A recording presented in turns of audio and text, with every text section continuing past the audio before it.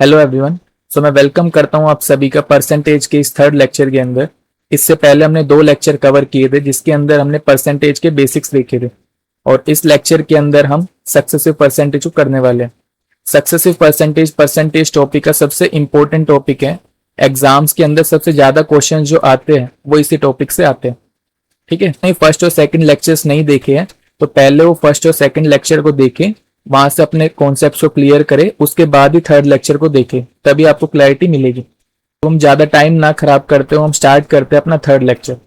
तो अगर हम सबसे पहले ये देखें कि हमने फर्स्ट और सेकंड लेक्चर के अंदर क्या क्या किया था, तो फर्स्ट लेक्चर के अंदर हमने कुछ कन्वर्जन देखे थे, जिससे हमने फ्रैक्शन को मिक्स फ्रैक्शन के अंदर कन्वर्ट करना सीखा था एंड मिक्स फ्रैक्शन को हमने इम्प्रॉपर फ्रैक्शन के अंदर कन्वर्ट करना सीखा था।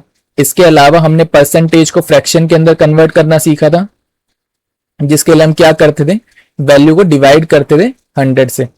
एंड हमने उल्टा भी किया था कि फ्रैक्शन को अगर हमें परसेंटेज वैल्यू में लेके जाना हो तो हम क्या करते थे, मल्टीप्लाई बाय 100 करते थे।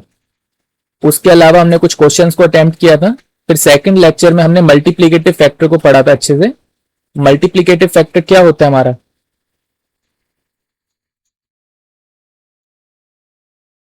मल्टीप्लिकेटिव फैक्टर हमारा ऐसी वैल्यू होती है जिसको हम इनिशियल वैल्यू के साथ मल्टीप्लाई करते हैं एंड वो हमारे को फाइनल वैल्यू दे देता है। ठीक है, कि हमारी कुछ वैल्यू जो है वो इंक्रीज हो रही है डिक्रीज हो रही है, उसको हम मल्टीप्लाई करेंगे इनिशियल फैक्टर इनिशियल वैल्यू के अंदर, तो वो हमारे को फाइनल वैल्यू में कन्वर्ट करके दे देगा। इसमें हमने सीखा था 10% इंक्रीज अगर हमारा होगा, 10% डिक्रीज होगा या फिर कुछ और वैल्यूज होंगी तो उनको हम कैसे इनिशियल वैल्यू के साथ मल्टीप्लाई करेंगे जो हमारे को फाइनल वैल्यू में कन्वर्ट करके दे देगा। ठीक है, तो ये सब हम लास्ट लेक्चर के अंदर कर चुके हैं। हमने बहुत सारे क्वेश्चंस भी अटेम्प्ट किए थे इनके बेसिस पर। तो आई होप आपने वो दोनों लेक्चर देखे होंगे और आप लोगों को समझ में आए होंगे। ठीक है, तो अब हम इस लेक्चर के अंदर हम क्या करने वाले हैं, इस लेक्चर के अंदर हम मल्टीपल परसेंटेज चेंजेस, इसका मतलब क्या है, इसका मतलब ये है, जिससे आप पहले मैं आपको ऊपर समझाने की कोशिश करता हूं कि हमारे को कोई इनिशियल वैल्यू दी गई है।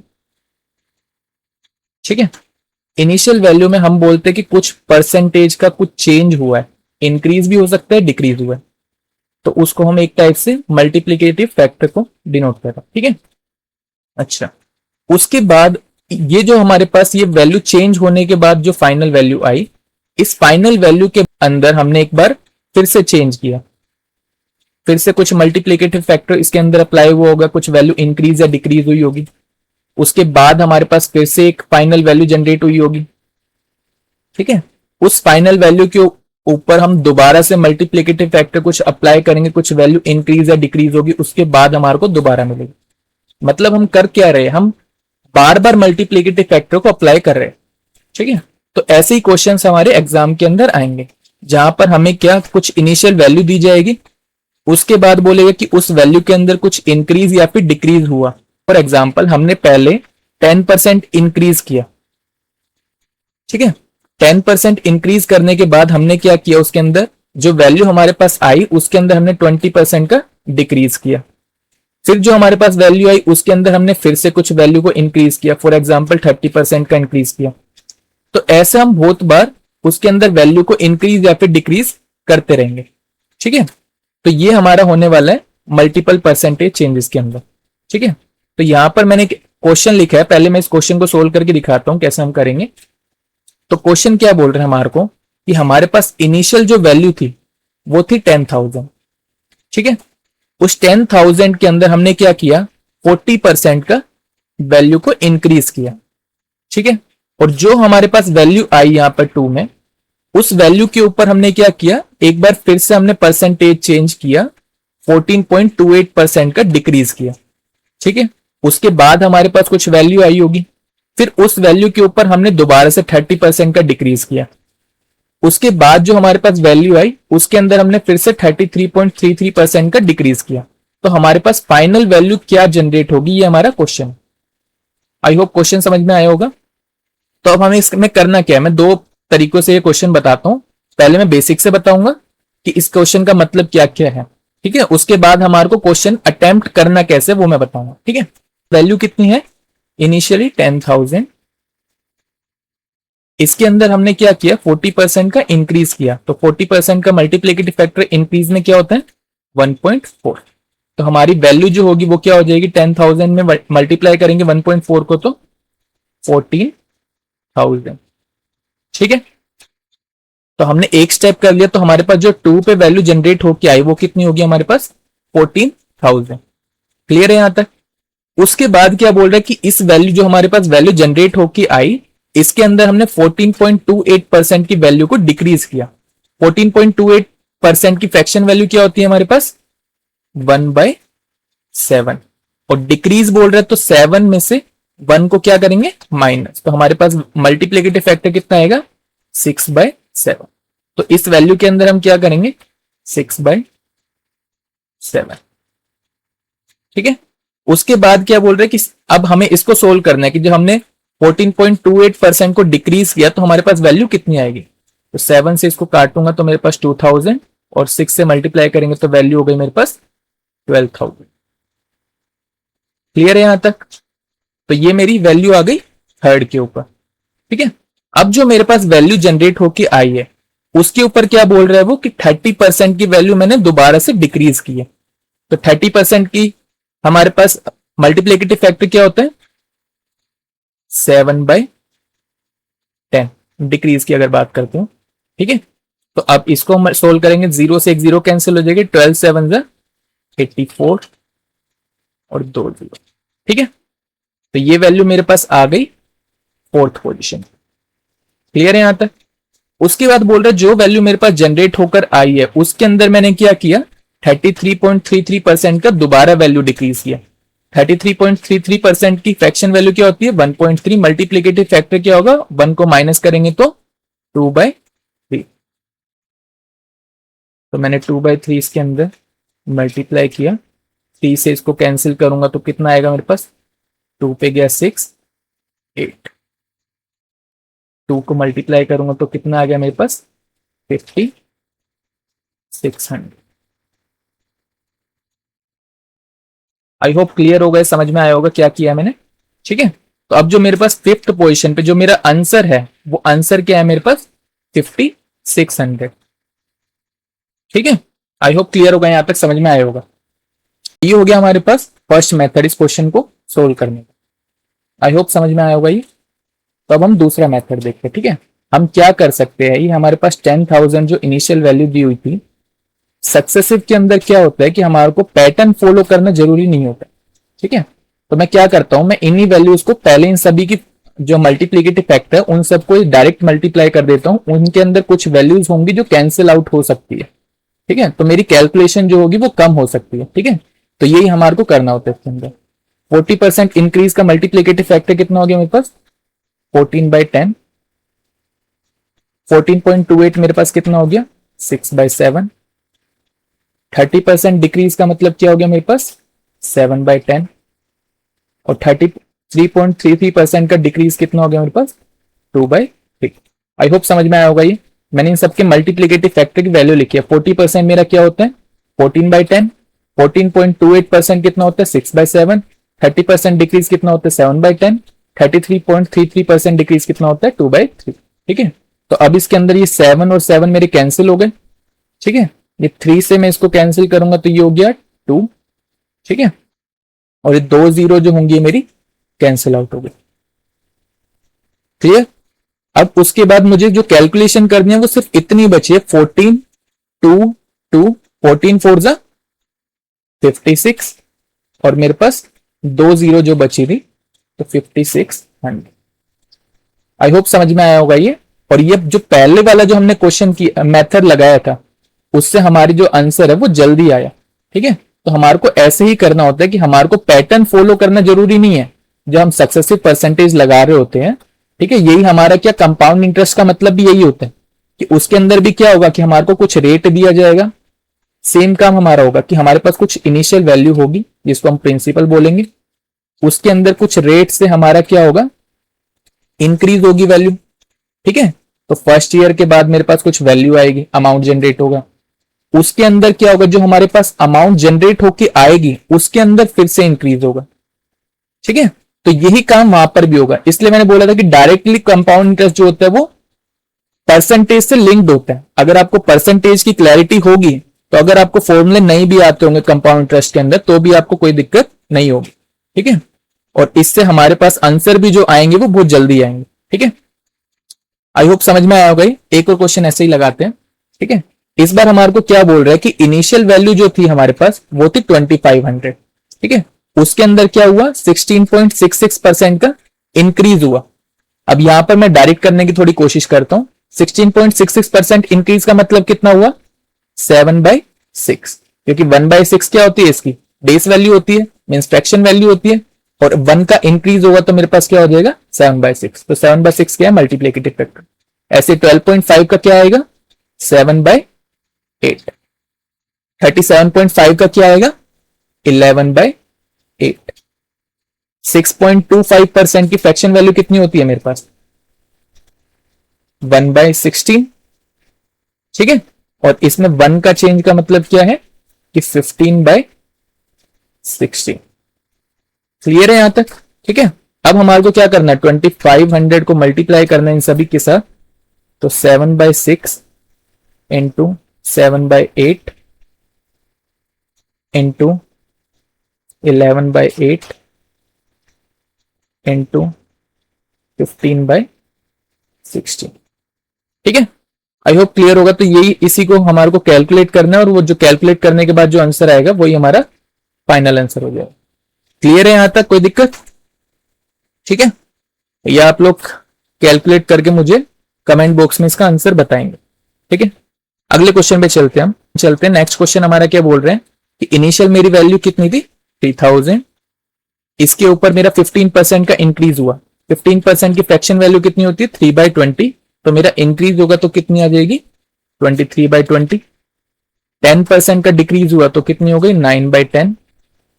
25% का इंक्रीज हुआ तो 5/4। आई होप क्लियर होगा ये। ठीक है, इसको हम सोल्व करेंगे तो 2 0 से 2 0 मेरी कैंसिल हो गई। ठीक है, और 2 से अगर मैं इसको काट दूं तो 15। ठीक है, 9 5 जा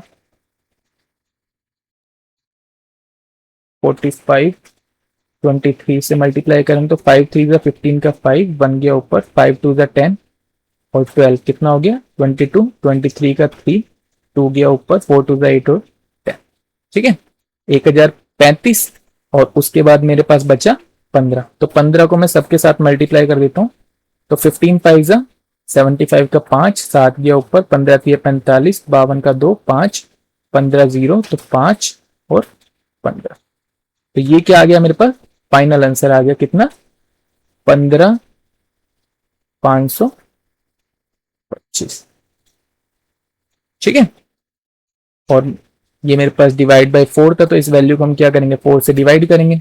4 से हम डिवाइड करेंगे तो कितना आएगा 4 3 जा 12, 3 5 35, तो 8 पे गया 32, 3 2 32, फिर से जाएगा 8 पे 32, 1 पे गया 4, 1/4। तो हमारे पास आंसर कितना आएगा 3881 1/4, या फिर अगर 1/4 को डेसिमल में लिखेंगे तो 388 1.25। ठीक है, ठीक है, मेथड हमारे लिए जरूरी है कि हमारे को करना क्या है कि इनिशियल वैल्यू लेनी है और सक्सेसिव जो हमारे को दिए हुए इंक्रीज या फिर डिक्रीज उनको सिंगल लाइन के अंदर हमारे को लिखना है। ठीक है, उसके बाद होगा क्या कि कुछ वैल्यू जो होंगी वो कैंसिल हो जाएंगी। ठीक है, या अगर हम नॉर्मल करते तो हम पहले अगर हम 15% की वैल्यू निकालते, उसके बाद जो वैल्यू आती उसको बेस मान के हम -10% का चेंज उसके अंदर लगाते तो हमारे पास वैल्यू आती, तो ये हमारा थोड़ा टाइम लेता।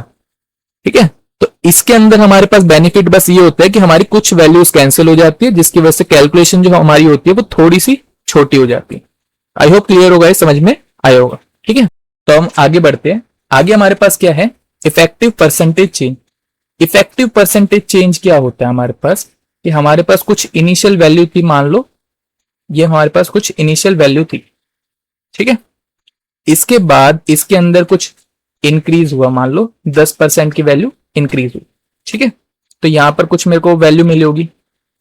उसके बाद इसके अंदर मान लो कि 20% की वैल्यू जो हो गई वो डिक्रीज हो गई, तो यहां पर मुझे कुछ वैल्यू मिली होगी, और यहां से फिर मैंने उसके अंदर 30% का इंक्रीज कर दिया, तो यहां पर मुझे कुछ वैल्यू मिली होगी। ठीक है, तो जो मेरे पास इनिशियल वैल्यू थी उसमें और फाइनल वैल्यू के अंदर कितना चेंज आया, ठीक है, परसेंटेज में कितना चेंज आया, उसी को हम क्या बोलते हैं, इफेक्टिव परसेंटेज चेंज बोलते हैं। ठीक है, मैं निकालना भी सिखाऊंगा अभी। इसको निकालने के लिए हमारे पास 3 मेथड होते हैं। ठीक है, 3 मेथड हमारे पास होते हैं। एक तो होता है हमारे पास अज्यूम मेथड,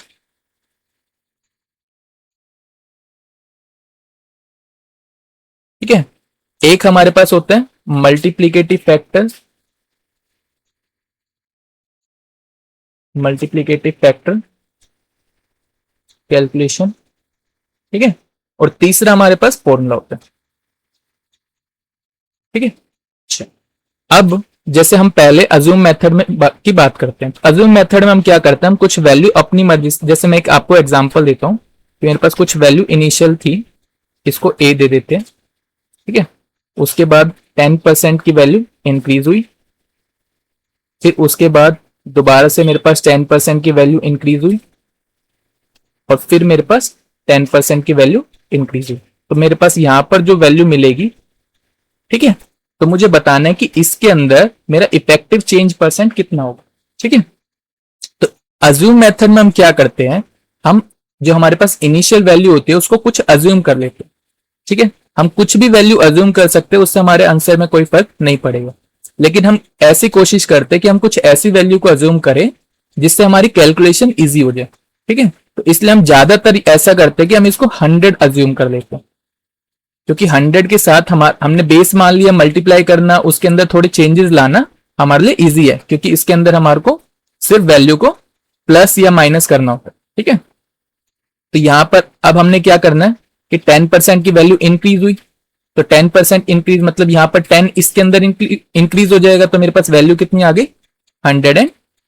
ठीक है, उसके बाद क्या होगा, 10% का फिर से इंक्रीज होगा इसके अंदर, तो 10% का इंक्रीज मतलब 1.1 मल्टीप्लीकेटिव फैक्टर से हमारे को मल्टीप्लाई करना पड़ेगा, तो कितना आ जाएगा मेरे पास, 121। क्लियर है, मैंने बताया था 11 को कैसे मल्टीप्लाई करते हैं। ठीक है, कि हमने पहले 1 को जो लास्ट डिजिट लिखी, ठीक है, उसके बाद दोनों को सम किया, तो 1 आ गया मेरे पास, फिर दोनों का सम करूंगा तो 2 आएगा, फिर इनिशियल वैल्यू मेरे पास आ गई, और वो जो 0 आई थी वो गायब कैसे हो गई, क्योंकि मेरे पास ये डेसिमल था इसलिए वो गायब हो गई। क्लियर है, ठीक है, उसके बाद हमने क्या किया, 10% की वैल्यू फिर से इंक्रीज की, मतलब दोबारा 1.1 से मल्टीप्लाई करेंगे तो हमारे पास कितना आ जाएगा, 133.1%। ठीक है, आई होप क्लियर है, यहां तक समझ में आया है। तो इसके अंदर जो मेरा इफेक्टिव चेंज परसेंट है, क्या है, इफेक्टिव चेंज परसेंट है, वो क्या होगा मेरे पास, वो होगा final value minus initial value divide by base value, जो हमने इनिशियली जो कंसिडर की है वो वैल्यू होती है, तो इनिशियल वैल्यू इनटू 100%। अच्छा, अभी क्योंकि मैंने कंसिडर ये किया कि सभी केसेस में मेरे क्या हो रहा है, वैल्यू इंक्रीज हो रही है। ठीक है, वैल्यू इंक्रीज हो रही है, तो मेरे पास जो फाइनल वैल्यू आएगी वो बड़ी वैल्यू आएगी, लेकिन ये भी तो हो सकता था कि मैं यहां पर डिक्रीज मान लेता, डिक्रीज मानता तो जो मेरे पास फाइनल वैल्यू आती वो इनिशियल से छोटी आती, तो इसलिए यहां पर मैं क्या करता हूं, मोड लगा देता हूं कि जो भी मेरे डिफरेंस मेरे को दोनों का लेना है। ठीक है, तो बाद में प्लस माइनस जो भी आएगा उसको मैं एडजस्ट कर लूंगा अपने हिसाब से। ठीक है, मोड का मतलब क्या होता है कि बाहर जो मेरी वैल्यू निकलेगी वो पॉजिटिव निकलेगी। क्लियर है यहां तक, तो इस केस के अंदर मेरा इफेक्टिव चेंज परसेंट कितना हो गया कि मेरे पास फाइनल वैल्यू कितनी आई, 133.1%, इनिशियल मैंने कंसिडर क्या किया था 100, दोनों का डिफरेंस लूंगा तो कितना आ जाएगा मेरे पास 33.1, एंड इनिशियल वैल्यू मेरी कितनी थी 100, और 100% से मल्टीप्लाई करेंगे तो ये कैंसिल हो गया, तो मेरे पास इफेक्टिव चेंज परसेंट फाइनली कितना आया 33.1%। क्लियर है यहां तक, आई होप समझ में आया होगा। ठीक है, तो ये हमारा क्या था, अज्यूम मेथड। ठीक है, दूसरा हमारे पास क्या है, मल्टीप्लिकेटिव फैक्टर कैलकुलेशन। इसके अंदर हम क्या करेंगे, यहीं पर मैं इसको अप्लाई करके दिखाता हूं, ठीक है। कि इनिशियली मेरे पास कुछ वैल्यू थी, फॉर एग्जांपल ए वैल्यू थी मेरे पास, तो मैंने ए लिख दिया, ठीक है। ये इसको नहीं भी हम कंसिडर करेंगे तो हमारे पास कोई चेंज नहीं आएगा। 10% का इंक्रीज मतलब मल्टीप्लिकेटिव फैक्टर कितना हो गया मेरे पास, 11/10। दोबारा से 10% का इंक्रीज तो मल्टीप्लिकेटिव फैक्टर मेरा कितना हो गया, 11/10। फिर से मुझे 10% का इंक्रीज करना है तो कितना आ गया मल्टीप्लिकेटिव फैक्टर, 11/10। क्लियर है यहां तक? अच्छा, तो ये नीचे मैंने क्या बताया, नीचे जो हमारे पास वैल्यू आती है वो क्या होती है, हमारी इनिशियल वैल्यू। ऊपर जो हमारे पास वैल्यू आती है वो क्या होती है, हमारे पास इंक्रीज्ड वैल्यू, कि इंक्रीज होने के बाद हमारे पास कितनी वैल्यू आई। क्लियर है? तो नीचे वालों को मल्टीप्लाई करेंगे तो मेरे पास कितना आ गया, 1000। ऊपर वालों को करेंगे तो 11 को मल्टीप्लाई करेंगे 11 के साथ कितना आ जाएगा, 121।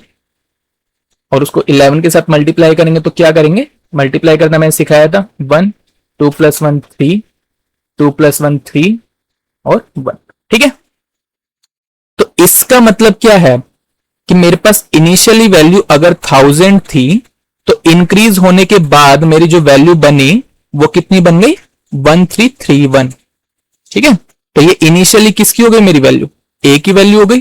और ये जो ये इंक्रीज करने के बाद जो मेरे पास वैल्यू है वो कितनी हो गई, 1331। क्लियर है यहां तक? ठीक है। अब हमसे पूछा क्या है कि इफेक्टिव चेंज परसेंट बता दो, effective change percent. Effective change percent क्या होता है हमारे पास, फाइनल वैल्यू कितनी है मेरे पास, 1331 माइनस इनिशियल वैल्यू मेरे पास कितनी थी, 1000। दोनों का मैंने डिफरेंस लिया, डिवाइड बाय इनिशियल वैल्यू। अब इस केस में 100 नहीं है मेरे पास, इनिशियल वैल्यू क्या थी मेरे पास, 1000 इंटू 100%। क्लियर है यहां तक? 2 0 ये मेरी कैंसिल हो गई, ठीक है। इन दोनों का मैं डिफरेंस लूंगा तो मेरे पास कितना आएगा, 331/10। तो मेरे पास इफेक्टिव चेंज परसेंट कितना आ गया, 33.1%। सेम ही है जो हमारे को ऊपर मिला था। आई होप समझ में आए होंगे दोनों मेथड, ठीक है। कि पहला हमारा क्या था, अज्यूम मेथड, जिसके अंदर हमने कुछ इनिशियल वैल्यू कंसिडर की थी अपने हिसाब से, जिसमें हम मैक्सिमम टाइम ऐसा होता है कि हम 100 ही अज्यूम करते हैं, क्योंकि 100 के साथ कैलकुलेशन करना थोड़ा इजी होता है। लेकिन जरूरी नहीं 100 ही करें, हम कुछ और वैल्यू भी कंसिडर कर सकते हैं, आंसर हमारा सेम ही आएगा, ठीक है।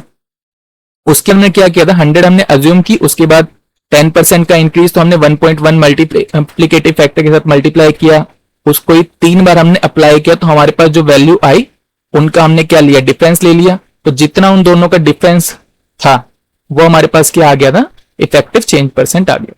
क्लियर है? उसके बाद सेकंड मेथड में हमने क्या किया था, मल्टीप्लिकेटिव फैक्टर का यूज किया था, ठीक है। हमने मल्टीप्लिकेटिव फैक्टर सबके लिखे थे कि कोई वैल्यू इंक्रीज हो रही है, डिक्रीज हो रही है, सबके हमने लिख दिए, ठीक है। उसके बाद हमने क्या किया, उनके मल्टीप्लिकेटिव फैक्टर के अंदर जो हमारे पास नीचे वैल्यू आती है सोल्व करके, वो हमारे पास होती है इनिशियल वैल्यू, जो ऊपर वैल्यू आती है वो हमारे पास आती है फाइनल वैल्यू। तो अगर हम दोनों का डिफरेंस ले लेंगे, ठीक है, तो डिफरेंस जो हमारे पास आएगा वो हमारे पास क्या आ जाता है, इफेक्टिव चेंज परसेंट, अगर हम उसका परसेंटेज ले लेते तो। क्लियर है? यहां तक समझ में आया होगा। तीसरा हमारे पास क्या होता है, फॉर्मूला, ठीक है। फॉर्मूला हम अगले पेज पे देखते हैं, ठीक है। अच्छा, जो हमारे पास फॉर्मूला है, इसके हमारे पास 2 साल का अगर हम लेंगे तो उसका अलग फॉर्मूला, 3 साल के लिए अलग फॉर्मूला, ठीक है।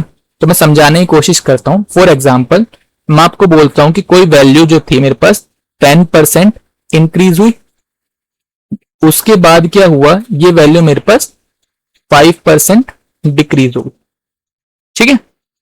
तो मेरा फॉर्मूला क्या बोलता है, फॉर्मूला बोलता है a + b + ab/100। ये मुझे क्या देगा, इफेक्टिव परसेंटेज चेंज, ठीक है।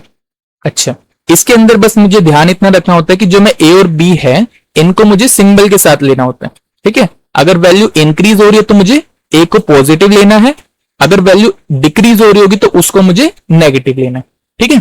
तो अगर मैं इस क्वेश्चन में अप्लाई करके देखता हूं तो मेरे पास क्या आएगा, 10% इंक्रीज है तो ए की वैल्यू मेरे पास कितनी हो गई, +10, ठीक है। और क्योंकि 5% मेरा डिक्रीज हो रहा है तो मुझे बी की वैल्यू क्या लेनी पड़ेगी, नेगेटिव, तो 5, ठीक है। प्लस मैंने लगाया, ए की वैल्यू कितनी है मेरे पास 10 और मल्टीप्लाई बाय, अब 5 क्योंकि मेरे पास नेगेटिव है तो मैंने सिंबल लगा दिया, ठीक है, डिवाइड बाय 100, तो मेरे पास कितना आ गया 10 माइनस 5, 5, और इसको मैं लूंगा तो 10 इंटू 5 कितना होता है मेरे पास 50, 50 को 100 से डिवाइड करूंगा तो मेरे पास कितना आएगा 0.5, क्लियर है।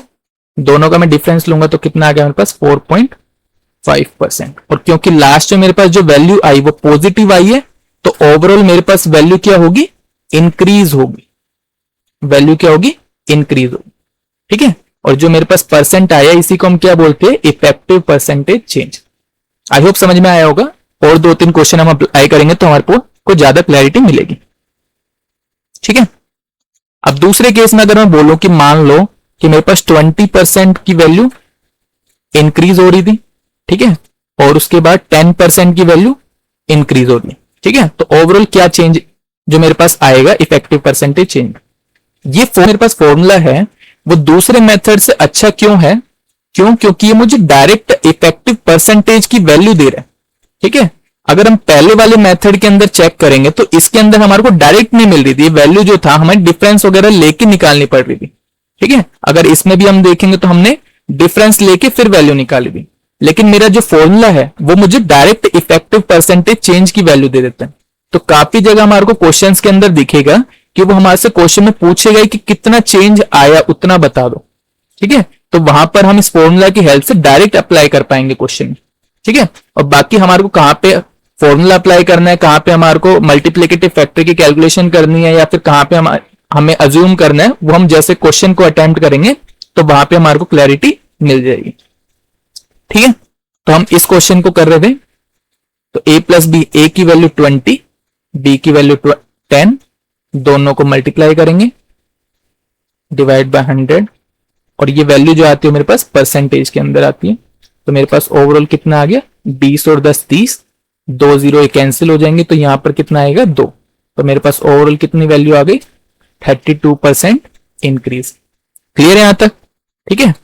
एक और हम क्वेश्चन लगाते हैं कि मैं बोल रहा हूं कि 5% वैल्यू मेरी डिक्रीज हो गई और 10% वैल्यू मेरी डिक्रीज हो गई, मतलब पहले मेरे पास कुछ वैल्यू थी उसकी 5% वैल्यू डिक्रीज हुई, फिर उसके बाद जो वैल्यू आई उसकी 10% वैल्यू डिक्रीज हो गई, तो मेरे पास फाइनल कितना चेंज आया होगा, ठीक है। तो कितना चेंज आया होगा, अब दोनों केसेस मेरे नेगेटिव हैं तो -5 -10, यहां पर मैंने प्लस लगा दिया, -5 को मैंने मल्टीप्लाई किया -10 के साथ, डिवाइड बाय 100, ठीक है। तो 10 और 5 15, नेगेटिव 10 5 50, ये कितना आ जाएगा मेरे पास 0.5, और माइनस माइनस प्लस, तो ये वैल्यू मेरे पास कितनी आ गई 0.5, ठीक है। ये परसेंटेज के अंदर वैल्यू है, ठीक है। तो ओवरऑल मेरे पास जो वैल्यू आएगी वो क्या आएगी 14.5 वैल्यू का मेरे पास क्या होगा डिक्रीज। अगर मेरे पास सिंबल पॉजिटिव आता है उसका मतलब है कि ओवरऑल जो मेरे पास वैल्यू आएगी फाइनल में, ठीक है, इनिशियल के कंपैरिजन में वो वैल्यू बड़ी आएगी, लेकिन अगर सिंबल नेगेटिव है तो उसका मतलब क्या है कि जो मेरे पास फाइनल वैल्यू आएगी वो इनिशियल से छोटी आएगी। क्लियर है यहां तक, ठीक है। एक लास्ट क्वेश्चन एक और अप्लाई कर लेते हैं, ठीक है। मैं बोल रहा हूं कि 30% इंक्रीज हो रही है वैल्यू, उसके बाद 20% डिक्रीज हो रही है, ठीक है। तो इसके अंदर चेंज बता दो कितना आएगा, ठीक है। तो 30 minus 20 plus 30 into -20 divide by 100, ठीक है। तो इसका डिफरेंस लेंगे तो कितना आएगा 10, और 2 0 मेरी कैंसिल हो जाएंगी, तो कितना आ गया -6, तो 10 - 6 मेरे पास कितना हो गया 4%, और वैल्यू क्या आई मेरे पास पॉजिटिव, तो मेरे पास वैल्यू जो होगी वो इंक्रीज आएगी। आई होप क्लियर होगा, समझ में आया होगा, ठीक है। और जैसे जैसे हम क्वेश्चन की प्रैक्टिस करेंगे तो और ज्यादा हमारे को समझ में आएगा, ठीक है। आगे चलते हैं अब। अच्छा, तो अब हम सीखते हैं इफेक्टिव परसेंटेज अगर हमारे को 3 बार के लिए निकालना हो, जैसे हम अभी हमने लास्ट पेज पे जो चेक किया था वो क्या था 2 बार के लिए था, ठीक है। अगर 2 बार हमारे को चेंज हुआ होगा कुछ वैल्यू उसके बाद कितना हमारे पास इफेक्टिव वैल्यू आई होगी। अब अगर हमारे पास 3 बार चेंज आएगा तो उसके अंदर कितनी वैल्यू हमारे पास आएगी, ठीक है, वो हम चेक करने वाले। मतलब क्या है, हमारे पास कुछ वैल्यू थी यहां पर, उसके अंदर एक बार चेंज हुआ, कुछ वैल्यू इंक्रीज या फिर डिक्रीज हुई कुछ परसेंटेज, फिर उसके बाद फिर से उसके अंदर कुछ वैल्यू इंक्रीज या फिर डिक्रीज हुई, उसके बाद फिर से कुछ वैल्यू इंक्रीज या डिक्रीज हुई। तो जब हम 3 बार हमारे पास लग रहा है चेंज, ठीक है, तो वहां पर हमारे पास ये मेथड आएगा, ठीक है। इस केस के अंदर हमारे पास जो फॉर्मूला होता है 3 बार के लिए, वो क्या होता है हमारे पास, a plus B plus C plus A B plus B C plus A C by 100 plus A B C upon 10,000, ठीक है। ये हमारे पास क्या है, फॉर्मूला है अगर 3 बार हमारे को अप्लाई करना होगा परसेंटेज, ठीक है। ये क्या देता है मेरे को, परसेंटेज चेंज या फिर इफेक्टिव परसेंटेज चेंज। क्लियर है। अच्छा, यहां पर भी हमारे पास जो वैल्यू आती है वो परसेंटेज के अंदर ही आती है। अप्लाई करके दिखाता हूं मैं, ठीक है। जैसे अगर मेरे पास एग्जांपल लेते हैं कि 2% की वैल्यू इंक्रीज हुई, ठीक है, उसके बाद 5% से वैल्यू फिर से इंक्रीज हुई और 6% से वैल्यू फिर से इंक्रीज हुई। क्लियर है। तो इसको हम अप्लाई करते हैं तो क्या होगा हमारे पास, जैसे मैं लास्ट टाइम बताया था कि अगर वैल्यू इंक्रीज हो रही होगी तो हमारे को यहां पर प्लस उनका सिंबल लेना है, अगर वैल्यू डिक्रीज होगी तो हमारे को उनकी वैल्यू जो होगी माइनस के साथ लेनी है। क्लियर है, ठीक है। तो यहां पर क्योंकि मेरे पास सारी वैल्यूज इंक्रीज हो रही है तो मेरे पास कितना होगा, पहले सभी का सम करेंगे, 6, 5, 11 और 2 13 प्लस, अब मुझे क्या करना है, प्रोडक्ट करना है कि इनको मल्टीप्लाई करना है, फिर इनको मल्टीप्लाई करना है, फिर इनको मल्टीप्लाई करना है। क्लियर है। तो मल्टीप्लाई करते तो कितना आएगा मेरे पास, 10 प्लस 6 5 30 प्लस 6 2 12 डिवाइड बाय 100। और फिर मुझे क्या करना है, तीनों नंबर्स का प्रोडक्ट करना है, 5 2 10 6 60, ठीक है। तो मेरे पास ओवरऑल वैल्यू कितनी आ गई, 30 10 40 50 और 2 52, 52 मतलब 0.52, ठीक है। और ये वाली वैल्यू कितनी आ गई मेरे पास, एक जीरो से मेरी जीरो कैंसिल हो गई, तो ये मेरे पास कितना आ जाएगा, 0.006। क्लियर है, क्योंकि 3 डेसिमल थी मेरे पास और ये था 13, तो मेरे पास कितनी वैल्यू आ गई फाइनली, 13.526%। और क्योंकि मेरे पास वैल्यू जो आई है पॉजिटिव आई है तो वो क्या है, इंक्रीज हो रही है वैल्यू। क्लियर है, आई होप समझ में आया होगा। हम और एग्जांपल ले लेते हैं, ठीक है। अगर मैं आपको बोलता हूं कि वैल्यू जो है मेरे पास वो पहले 10% से इंक्रीज हुई, फिर 5% से डिक्रीज हुई, फिर 8% से इंक्रीज हुई, ठीक है। तो अब हम इसके ऊपर अप्लाई करके देखते हैं तो हमारे पास क्या आएगा, ए की वैल्यू 10 क्योंकि इंक्रीज हो रही है तो प्लस लेना है, बी की वैल्यू क्योंकि डिक्रीज हो रही है इसलिए हम नेगेटिव लेंगे, ठीक है। और तीसरी वैल्यू इंक्रीज हो रही है तो हमने पॉजिटिव ले लिया। क्लियर है। अच्छा, फिर हमारे को क्या करना है, प्रोडक्ट करना है, 10 को 5 के साथ मल्टीप्लाई करेंगे, 10 5 50, और क्योंकि एक वैल्यू मेरे पास नेगेटिव आएगी तो इसलिए मुझे क्या लेना पड़ेगा, -50, ठीक है। इनको मल्टीप्लाई करेंगे, 8 5 40 नेगेटिव का, और ये क्योंकि दोनों वैल्यू पॉजिटिव है मेरे पास तो क्या आ जाएगा, प्लस का 80 डिवाइड बाय 100, ठीक है। प्लस ए की वैल्यू कितनी मेरे पास, 10 5 और 8, इन तीनों को मुझे प्रोडक्ट करना है, और 5 क्या है मेरे पास, नेगेटिव है तो मैंने नेगेटिव साइन लगा दी, ठीक है, डिवाइड बाय 10,000। क्लियर है। इसको मुझे कैलकुलेट करना है, 10 और 8 18 माइनस 5 13, 40 और 50 90 में से 80 माइनस होंगे तो 10, और वो क्या आएगा, नेगेटिव का, तो -0.1। क्लियर है। 8 5 40 और एक 0 तो कितना हो गया, 400 और नेगेटिव का ठीक है, तो 400 में 2 जीरो आएंगे तो 2 जीरो मेरे पास क्या हो जाएंगे, कैंसिल हो जाएंगे, तो मेरे पास कितना आएगा 4/100, दैट मीन्स 0.04। क्लियर है? तो अब हमारे को इसको लिखना है, तो मेरे पास कितना आ जाएगा 13 माइनस 0.1 कितना हो गया 12.9, इसमें से माइनस करूंगा 0.04, तो मेरे पास कितना आ गया 12.86। क्लियर है? और क्योंकि फाइनल वैल्यू मेरे पास क्या आ रही है, पॉजिटिव आ रही है, तो मेरे पास वैल्यू क्या होगी, इंक्रीज हो रही है यहां पर। क्लियर है यहां पे? ठीक है, अच्छा अभी हम आगे चलते हैं। अच्छा अभी अगर मैं आपको समझाना चाहूं कि हमारे को कहां पर फॉर्मूला यूज करना है, कहां पर मल्टीप्लिकेटिव फैक्टर यूज करना है, ठीक है, कर हम कोई भी सकते हैं, आंसर हमारे पास हर केस में सेम आएगा, ठीक है, लेकिन फिर भी हमारे को कैसे पता चलेगा कि कहां पर हमारे को मल्टीप्लिकेटिव फैक्टर का यूज करना है, कहां पर हमारे को फॉर्मूला यूज करना है। ठीक है, तो उसके लिए क्या है कि देता हूं तो उससे आपको क्लैरिटी मिलेगी। फॉर एग्जाम्पल मैं आपसे पूछता हूं कि 10% का इंक्रीज हुआ वैल्यू, 10% की वैल्यू इंक्रीज हुई, 5% की वैल्यू इंक्रीज हुई, ठीक है, तो इस केस में मैं क्या करूंगा, मेरे को 2 साल का निकालना है, तो मुझे फॉर्मूला अप्लाई करना चाहिए क्योंकि फॉर्मूला मेरा सबसे जल्दी आंसर देगा। ठीक है, अगर मैं मल्टीप्लिकेटिव फैक्टर इसके अंदर लगाऊंगा तो वो क्या करना पड़ेगा, 10% का 11/10, 5% के लिए 20/20, इनको मैं कैलकुलेट करूंगा तो कितना आएगा 200, इनको जब मैं करूंगा तो कितना आएगा 132, तो कितना मेरे पास दोनों का डिफरेंस है 31 का, 31/200 इंटू 100, ठीक है, 2 जीरो से 2 जीरो कैंसिल, इसको करूंगा तो मेरे पास आया 15.5%। तो मुझे इतनी मेहनत करनी पड़ी इफेक्टिव परसेंटेज चेंज निकालने के लिए। ठीक है, लेकिन अगर मैं फॉर्मूला डायरेक्ट यहीं पर अप्लाई करता तो मेरे पास कितना था, दोनों को मेरे को सम करना है, ऐड करना है, तो ऐड करूंगा तो 15 प्लस दोनों का मल्टीप्लाई करना है, 10 5 50/100, तो कितना आ गया मेरे पास 0.5, तो मेरे पास आंसर कितना आ गया 15.5। अब ऊपर वाले में मेरी मेहनत ज्यादा थी, इसमें मेरी मेहनत कम लगी। समझ में आया हमने क्यों अप्लाई किया फॉर्मूला?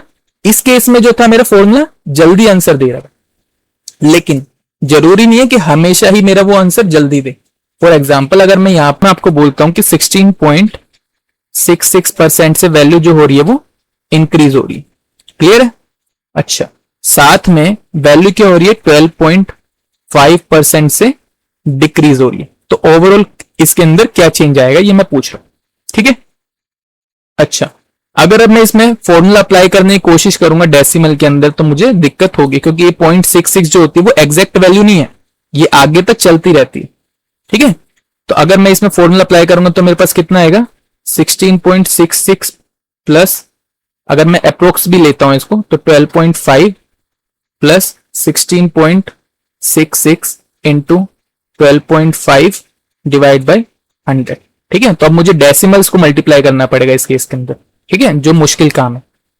तो इसलिए हम जब डेसिमल्स के अंदर हमारे पास वैल्यूज हैं तो हम इसको अप्लाई करने थोड़ा अवॉइड करते हैं। ठीक है, वहीं पर अगर मैं यहां मल्टीप्लिकेटिव फैक्टर को लगाने की कोशिश करता तो 16.66% इंक्रीज का मल्टीप्लिकेटिव फैक्टर कितना हो गया मेरे पास 7/6, 12.5% डिक्रीज का मल्टीप्लिकेटिव फैक्टर मेरे पास क्या हो गया 7/8, क्योंकि 1/8 होता है और 1 का डिक्रीज मतलब 7/8, तो मेरे पास जो वैल्यू आई वो कितनी आई 7 7 49/48। क्लियर है? 8 का चेंज आया, ठीक है, तो इसे मुझे कैलकुलेट करना है। क्लियर है? आई होप समझ में आ रहा होगा ये। ठीक है, अगर मैं इसको 4 से काटूं तो 12 और ये कितना हो गया 1/12%। क्लियर है? तो इस केस के अंदर मेरे लिए जो वैल्यू ज्यादा अच्छे से जो मेरे को वैल्यू दे रहा था, जो एग्जैक्ट वैल्यू भी दे रहा था, ठीक है, और उसके साथ साथ मेरे को जो जल्दी वैल्यू भी देगा वो कौन सा है मेरे पास मल्टीप्लिकेटिव फैक्टर। तो इस केस में मेरा जो बेटर था वो कौन सा था मल्टीप्लिकेटिव फैक्टर। ऊपर वाले केस के अंदर जब मैंने अप्लाई किया तो मेरे पास बेटर कौन सा था फॉर्मूला। क्लियर है? वहीं पर अगर मैं और एग्जांपल आपको दूं, ठीक है, अगर 3 के ऊपर अगर मैं सेम चीज आपको बताने की कोशिश करूं तो मैं आपको बोलता हूं कि मेरे पास 20% का इंक्रीज, ठीक है, 30% का इंक्रीज एंड 35% का डिक्रीज। क्लियर है? अब अगर मैं इसको 20 की जगह 25% ले लेता हूं, ठीक है। अब अगर मैं इसमें अप्लाई करूं हमारा फॉर्मूला, तो फॉर्मूला अप्लाई करूंगा तो क्या होगा मेरे पास, 25 पहले 25 30 का सम करूंगा तो 55, और ये वाली वैल्यू नेगेटिव में, तो 55 माइनस 35 कितना आ गया मेरे पास, 20। पॉजिटिव में आएगा क्योंकि वैल्यू बड़ी थी, ठीक है। प्लस इनका मल्टीप्लाई करूंगा तो 25 3 जा 750, ठीक है, दोनों पॉजिटिव में। 30 इंटू 35 कितना हो गया मेरे पास, 105 1050, और वो वैल्यू क्या आएगी, नेगेटिव आएगी मेरे पास, -1050। क्लियर है? उसके बाद फिर मैं इनको मल्टीप्लाई करूंगा तो मेरे पास कितना आएगा, 35 को 25 से मल्टीप्लाई करूंगा तो 5 5 से 25 का 5 2 गया ऊपर, ठीक है, 5 या 15 और 10 25 और 2 27 का 7 2 5 3 2 6 और 2 8 875, ठीक है, डिवाइड बाय 100। और उसके बाद मुझे क्या करना पड़ेगा, इन तीनों का प्रोडक्ट करना पड़ेगा, 25 इंटू 30 इंटू 35 अपॉन 10,000, ठीक है। तो ये क्या है, इनको मल्टीप्लाई करके मेरे को वैल्यू निकालनी पड़ेगी, 35 मेरा नेगेटिव का, तो ये मेरा थोड़ा बड़ा है, ठीक है, मुझे टाइम ज्यादा लगेगा इसके अंदर, ठीक है। इसके अंदर अब मेरे पास दो अच्छे मेथड क्या हो सकते थे अगर मुझे ये वैल्यूज को सोल्व करना होता तो, ठीक है, कि मैं क्या करता, 2 के ऊपर अप्लाई करता। फॉर एग्जाम्पल मैं इन 2 के ऊपर पहले 2 का फॉर्मूला लगाता, जैसे मेरे पास क्या है, 25% इंक्रीज है, 30% इंक्रीज है एंड 35% डिक्रीज है। क्लियर है?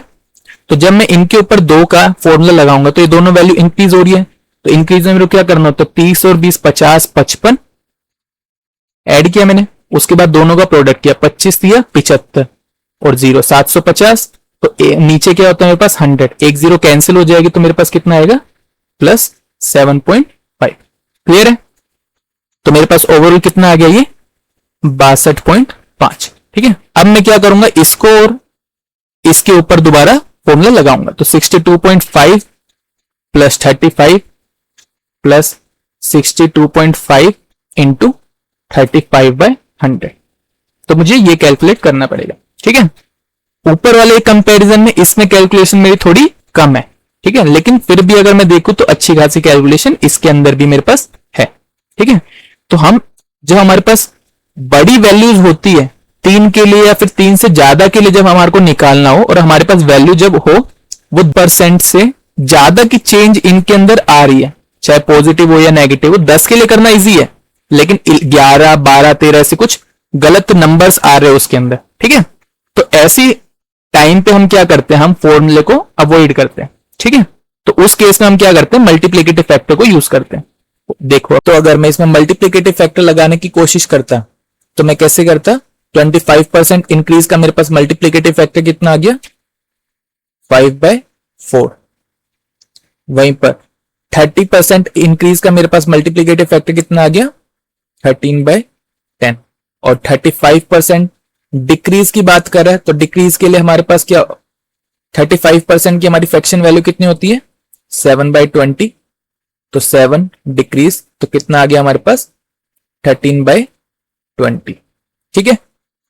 अच्छा, अब 13 का स्क्वायर करेंगे हम तो कितना होगा हमारे पास, 169, ठीक है। 5 से इसको काट दूं अगर मैं तो कितना हो जाएगा मेरे पास, 2, तो ये कितना हो गया मेरे पास, 24 टू ज़ा 8 टू ज़ा 16 160। क्लियर है यहां तक?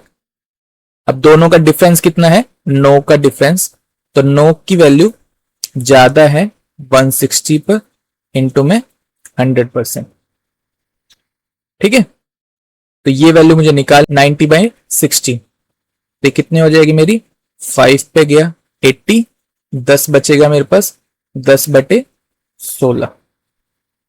इसको हम चाहे तो और छोटा कर सकते हैं, 5/8, तो मेरे पास फाइनल आंसर क्या आ गया, 5/8%। दोनों में डिफरेंस समझ में आया कि पहले वाला अगर मैं फॉर्मूला इनके अंदर अप्लाई कर रहा था 3 वाले के लिए, तो उसमें मेरे पास कैलकुलेशन जो थी वो बहुत ज्यादा बड़ी हो रही थी, लेकिन अगर मैं वहीं पे मैंने मल्टीप्लिकेटिव फैक्टर की कैलकुलेशन का यूज किया तो वो फॉर्मूला मेरे पास बहुत छोटा हो गया कि मेरे पास कैलकुलेशन ना के बराबर हो गई बिल्कुल। ठीक है, तो ऐसे ही अगर हमारे को 10 से छोटी वैल्यू दी जाती है तो वो ज्यादा बड़े हमारे को नहीं होते, मल्टीप्लाई करना आसान होता है, तो वहां पर हम फॉर्मूला अप्लाई कर सकते हैं अगर 3 के लिए भी है तो।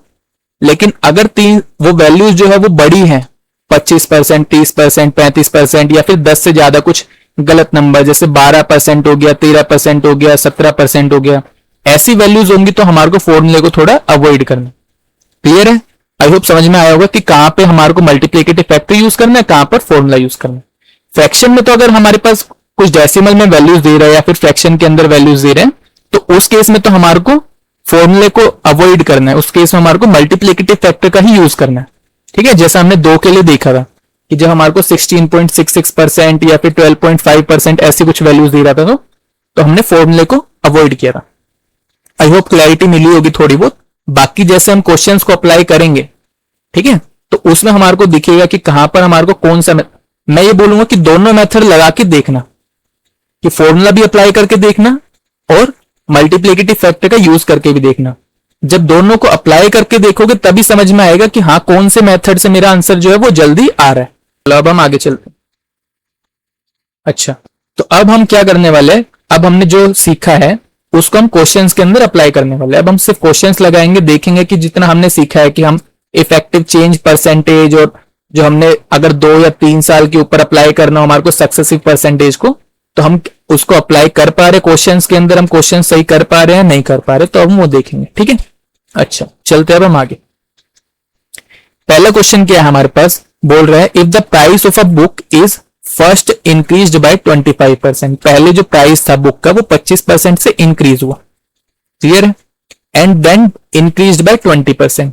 ठीक है, the net change in the price of the book, तो नेट चेंज जो है इसी को तो हम क्या बोल रहे हैं, इफेक्टिव चेंज परसेंट बोल रहे हैं। और 25% इंक्रीज फिर 20% इंक्रीज, तो इनके अंदर हमारे पास इफेक्टिव चेंज परसेंट कितना आएगा, वही हमारा क्या है क्वेश्चन है। ठीक है, अब अगर मैं इसके अंदर फॉर्मूला अप्लाई करता हूं तो कितना आएगा, 25 और 20 45, और दोनों का प्रोडक्ट करूंगा तो कितना आएगा 25 50 0 500 डिवाइड बाय 100। तो मैं ओरली कर सकता हूं कि मेरे पास आंसर कितना आया 50% इंक्रीज, 45% आया मेरा सम करने के बाद, और जो दूसरा पार्ट होता है उससे मेरे पास 5% का कॉन्ट्रीब्यूशन आया, तो मेरे पास आंसर कितना आया 50%, ऑप्शन नंबर सी। ठीक है, फॉर्मूले से हमारे पास इतना जल्दी हो गया। क्लियर है? अगर मैं इसके अंदर अब मल्टीप्लिकेटिव फैक्टर को अप्लाई करता तो 25% का इंक्रीज मतलब कितना हो गया मेरे पास 5/4, 20% का इंक्रीज मेरे पास कितना हो गया 6/5। ठीक है, तो 6 5 30 डिवाइड बाय 20, मतलब इनिशियल वैल्यू मेरे पास कितनी थी 20 थी और फाइनल वैल्यू मेरे पास कितनी हो गई 30 हो गई। तो अब मुझे इफेक्टिव चेंज परसेंट निकालना है, तो क्या करते हैं, दोनों का डिफरेंस कितना आ गया 10, इनिशियल वैल्यू मेरे पास कितनी थी 20 इंटू 100%। ठीक है, तो मेरे पास जो वैल्यू आई इस केस के अंदर भी 50% आई। लेकिन अगर मैं दोनों को कंपेयर करूंगा अब कि कौन से मेथड के अंदर मेरा जो आंसर है वो जल्दी आया, तो कौन से मेथड के अंदर जल्दी आया, फॉर्मूले से जल्दी आया। ठीक है, यही मैं आपको समझा रहा था कि अगर हमारे पास नॉर्मल नंबर्स होते हैं 2 साल के लिए, ठीक है, तो उसके अंदर फॉर्मूला जो होता है हमारा इफेक्टिव चेंज परसेंट जल्दी दे देते हैं। ठीक है, लेकिन अगर यहीं पर मेरे पास डेसिमल में वैल्यूज होती या फिर बहुत ज्यादा ही बड़ी वैल्यूज होती कि जिनको मल्टीप्लाई करने में दिक्कत होती, तो वहां पर हम इसको अवॉइड करते, वरना हम यही लगाते। क्लियर है यहां तक? ठीक है, अगर हमारे को इसके अंदर तीसरा मेथड भी जो हमने सीखा था, ये हमारा था पहला मेथड जिसको हम बोल रहे फॉर्मूला, ये था हमारा दूसरा मेथड जिसको हम बोल रहे थे मल्टीप्लिकेटिव फैक्टर की कैलकुलेशन। तीसरा मेथड हमारा क्या था, अज्यूम मेथड। तो अज्यूम मेथड यहां पर वो भी हमारा टाइम ज्यादा लेगा। इसके अंदर हम क्या करते हैं, हमने कुछ अज्यूम कर लिया कि हमारे पास इनिशियल वैल्यू जो थी वो 100 थी। ठीक है, उसके बाद क्या हुआ, उसके अंदर 25% का इंक्रीज हुआ, तो वैल्यू कितनी हो गई 125 हो गई। ठीक है, अब उसके बाद उसके अंदर क्या हुआ 20% का फिर से इंक्रीज हुआ, तो 125 का 20% कितना होता है मेरे पास, या फिर मैं डायरेक्ट ही मल्टीप्लिकेटिव फैक्टर लगा देता हूं, तो वो कितना होगा 6/5, 5 से काटूंगा तो 2 5 25 6 150। क्लियर है? तो मेरे पास जो चेंज आया वो कितना आया, 100 से मेरी वैल्यू हो गई कितनी 150, तो कितनी मेरी वैल्यू बढ़ गई 50, ठीक है, तो वही मेरा क्या हो गया 50% का इंक्रीज। आई होप क्लियर होगा, तीनों मेथड समझ में आए होंगे। ठीक है, लेकिन इस क्वेश्चन के लिए मेरे जो सबसे बेस्ट मेथड था वो क्या था, मेरे पास फॉर्मूला था। क्लियर है, तो अगले क्वेश्चन के ऊपर चलते हैं। अगला क्वेश्चन हमारा क्या बोल रहे हैं, बोल रहा है number is first decreased bye 10%, 10% से डिक्रीज किया पहले, उसके बाद 30% से इंक्रीज किया, उसके बाद फिर से हमने 20% से डिक्रीज किया, तो ओवरऑल कितना चेंज उसके अंदर आया होगा। ठीक है, अच्छा 3 के ऊपर लगाना है, तो 3 के ऊपर चाहे तो हम फॉर्मूला भी अप्लाई कर सकते हैं, लेकिन अगर हम 3 का जो डायरेक्ट फॉर्मूला वो अप्लाई करेंगे तो थोड़ा टाइम ज्यादा लेता है, तो उसको हम अवॉइड करते हैं। ठीक है, तो हम या तो 2 के ऊपर अप्लाई करके उसको तीसरे के साथ ले लें, जैसे हम 2 का फॉर्मूला जो लगाते हैं। ठीक है, जैसे हमने 2 के लिए क्या लगाते हैं, a+b+a+ab बाय 100। ठीक है, तो इसको हम 2 बार अप्लाई कर दें वो भी ठीक है। ठीक है, या फिर हम क्या कर सकते हैं कि जो हमारा मल्टीप्लिकेटिव फैक्टर वाला जो हमारा फॉर्मूला होता है, कैलकुलेशन होती है, उसका यूज कर सकते हैं। ठीक है, तो ज्यादा अंतर नहीं पड़ेगा दोनों मेथड के अंदर। लेकिन अगर हम फॉर्मूला अप्लाई करेंगे 3 वाला, तो उसके अंदर कई बार हमारा होता है कि कैलकुलेशन बहुत ज्यादा बड़ी हो जाती है, तो उसको हम थोड़ा अवॉइड करते हैं। क्लियर है, अच्छा अगर मैं ये वाला फॉर्मूला लगा के दिखाऊं आप लोगों को, 10% और 30%, तो 30% बोल रहे हैं इंक्रीज, 10% बोल रहे हैं डिक्रीज, दोनों का डिफरेंस लेंगे पहले, तो कितना आ गया 20। ठीक है, 20 प्लस का चल रहा है, उसके बाद दोनों का मैंने क्या किया, प्रोडक्ट किया, 20 इंटू 10 कितना हो गया मेरे पास,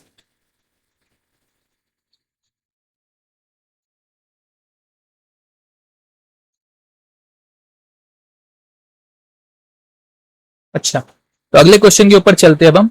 a number is first decreased bye 10%, पहले नंबर को 10% से डिक्रीज किया, देन इंक्रीज्ड बाय 30%, उसके बाद 30% से इंक्रीज किया, then further it is decreased by 20%, मतलब एक बार और फिर से 20% से डिक्रीज किया, तो उसके अंदर ओवरऑल कितना चेंज आया वो हमारे से पूछ रहा है। ठीक है, तो मेथड इसके अंदर भी हम सब लगा सकते हैं कि अगर हमारे को 3 का फॉर्मूला लगाना है तो वो भी लगाया जा सकता है। ठीक है, या फिर हम जो मल्टीप्लिकेटिव फैक्टर हमने सीखा था उसका यूज करके भी कर सकते हैं, या अज्यूम मेथड जो था वो भी अप्लाई किया जा सकता है। ठीक है, या फिर हम क्या कर सकते हैं कि जो हमने 2 का सीखा था 2 साल का, उसको 2 बार अप्लाई करके भी कर सकते हैं। 2 का जो हमारा फॉर्मूला था उससे 2 बार अप्लाई करके भी निकाल सकते हैं। ठीक है, लेकिन इस क्वेश्चन के लिए जैसे मैं बोलूंगा कि 3 का हम फॉर्मूला अवॉइड करते हैं, क्यों, जब हमारे पास थोड़ी बड़ी वैल्यूज हो तो उनको मल्टीप्लाई करने में और हमारे पास थोड़ा टाइम ज्यादा लगता है। क्लियर है, तो इसलिए हम 3 का जो फॉर्मूला उसको ज्यादातर टाइम्स हम अवॉइड करते हैं। अगर हमारे पास वैल्यूज छोटी है, जैसे मैं बोलता कि 2 2 3, इनका अगर हमारे को करना होता, या 2 3 5 ऐसे कुछ नंबर होते, 3 4 6 ऐसे कुछ नंबर अगर हमारे पास होते हैं, तो उनका करना हमारे लिए कैलकुलेशन करनी आसान होती है। लेकिन जब थोड़ी बड़ी नंबर्स हो हमारे पास, तो उनकी कैलकुलेशन करने में थोड़ा टाइम ज्यादा लग जाता है, इसलिए हम उसको अवॉइड करते हैं। लगा सकते हैं, ऐसा कोई रूल नहीं है कि नहीं लगा सकते, लेकिन थोड़ा अवॉइड करते हैं। ठीक है, तो अगर मैं इसके अंदर अप्लाई करके देखूं, पहले मैं आपको इस मेथड से बताता हूं।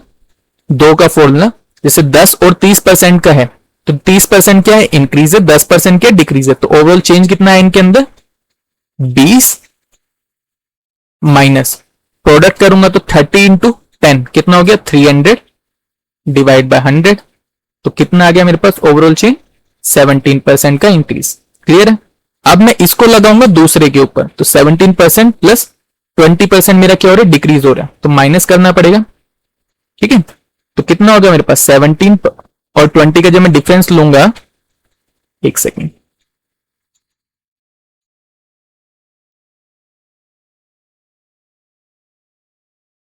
ठीक है, तो 17 और 20 का जब मैं डिफरेंस लूंगा तो मेरे पास कितना आएगा -3, प्लस दोनों का मुझे क्या करना पड़ेगा, प्रोडक्ट करना पड़ेगा, और क्योंकि मेरे पास 20 जो है वो नेगेटिव में है, डिवाइड बाय 100। क्लियर है,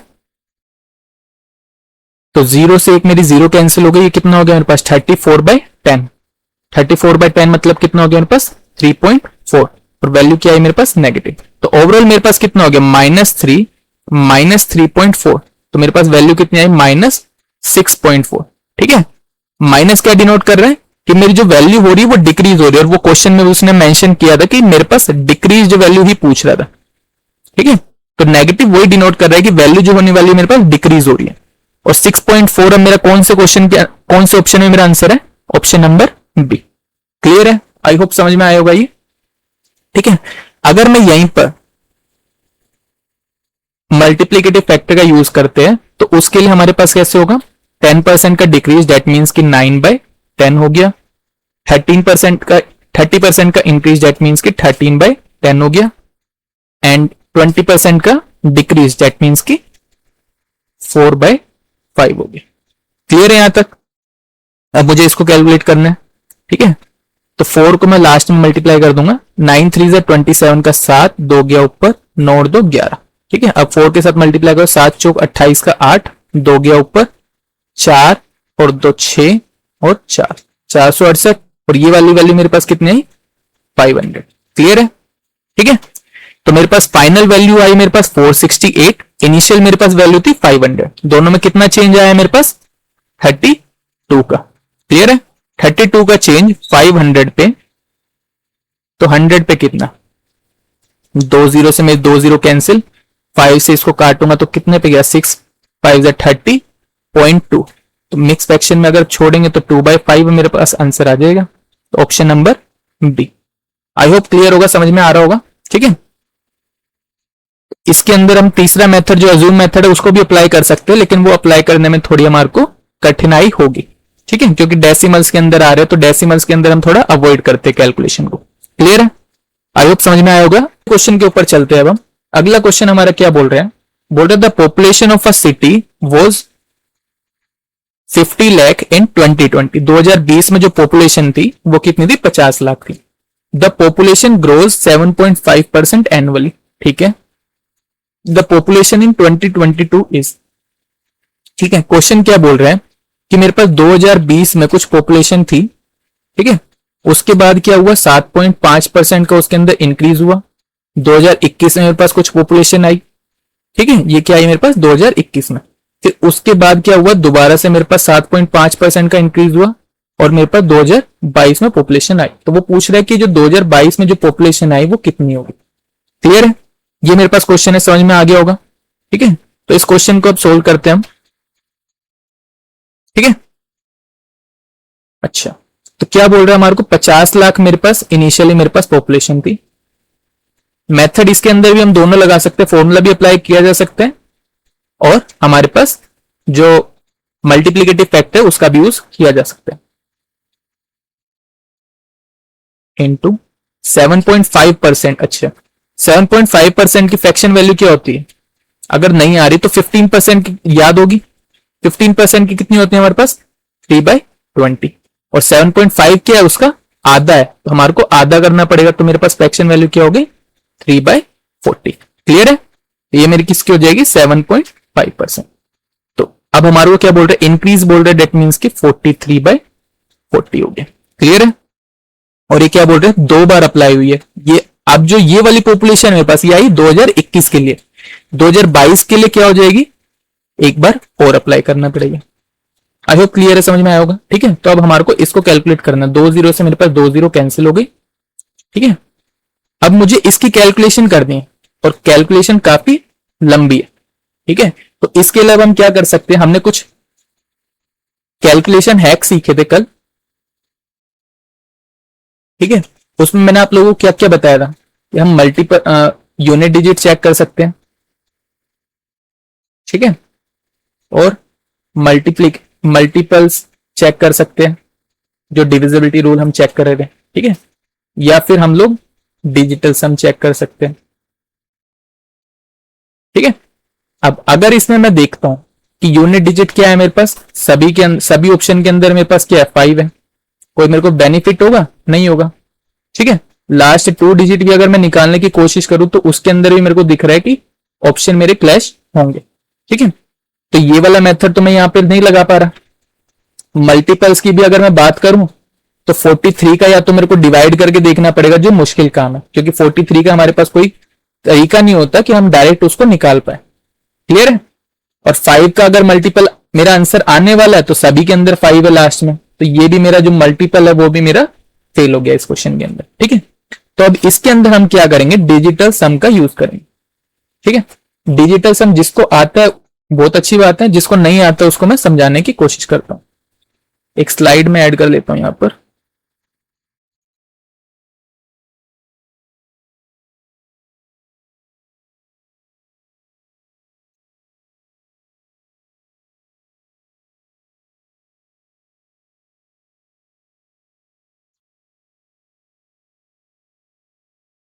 ठीक है, यहां पर मैं क्या करता हूं, आप लोगों को डिजिटल सम समझाने की कोशिश करता हूं।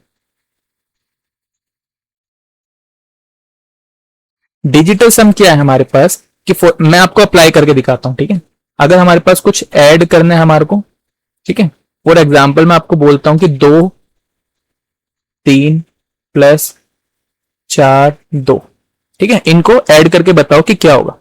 ठीक है, तो डिजिटल सम हमारा क्या बोलता है, वो ये बोलता है कि जो डिजिट्स है उनका सम कर दो आप। जैसे 3 प्लस 2 कितना हो गया मेरे पास, 5 हो गया। 4 और 2 का करूंगा तो कितना हो गया, 4 प्लस 2 6 हो गया। ठीक है, और फिर जो भी सिंबल इनके बीच में प्लस है, माइनस है, मल्टीप्लाई है, जो भी है, तो वो हमारे को ऑपरेशन फॉलो करना है। तो 5 प्लस 6 कितना हो गया मेरे पास, 11। ठीक है, 11 का भी अब मैं डिजिटल सम लूंगा, मतलब दोनों डिजिट का मेरे को सम करना है। मुझे तब तक सम करना होता है जब वो सिंगल डिजिट में मेरे पास नहीं आ जाए, तब तक मुझे करना होता है। ठीक है, तो 1 प्लस 1 कितना हो गया मेरे पास, 2 हो गया। क्लियर है? तो जो मेरा डिजिटल सम आता है वो क्या हेल्प करता है मेरे को, कि जो मेरे पास फाइनल आंसर भी आएगा इनको ऐड करने के बाद, उसका भी जो मेरे पास डिजिटल सम होगा, मतलब जो हमारा डिजिट सम आएगा वो सेम होगा।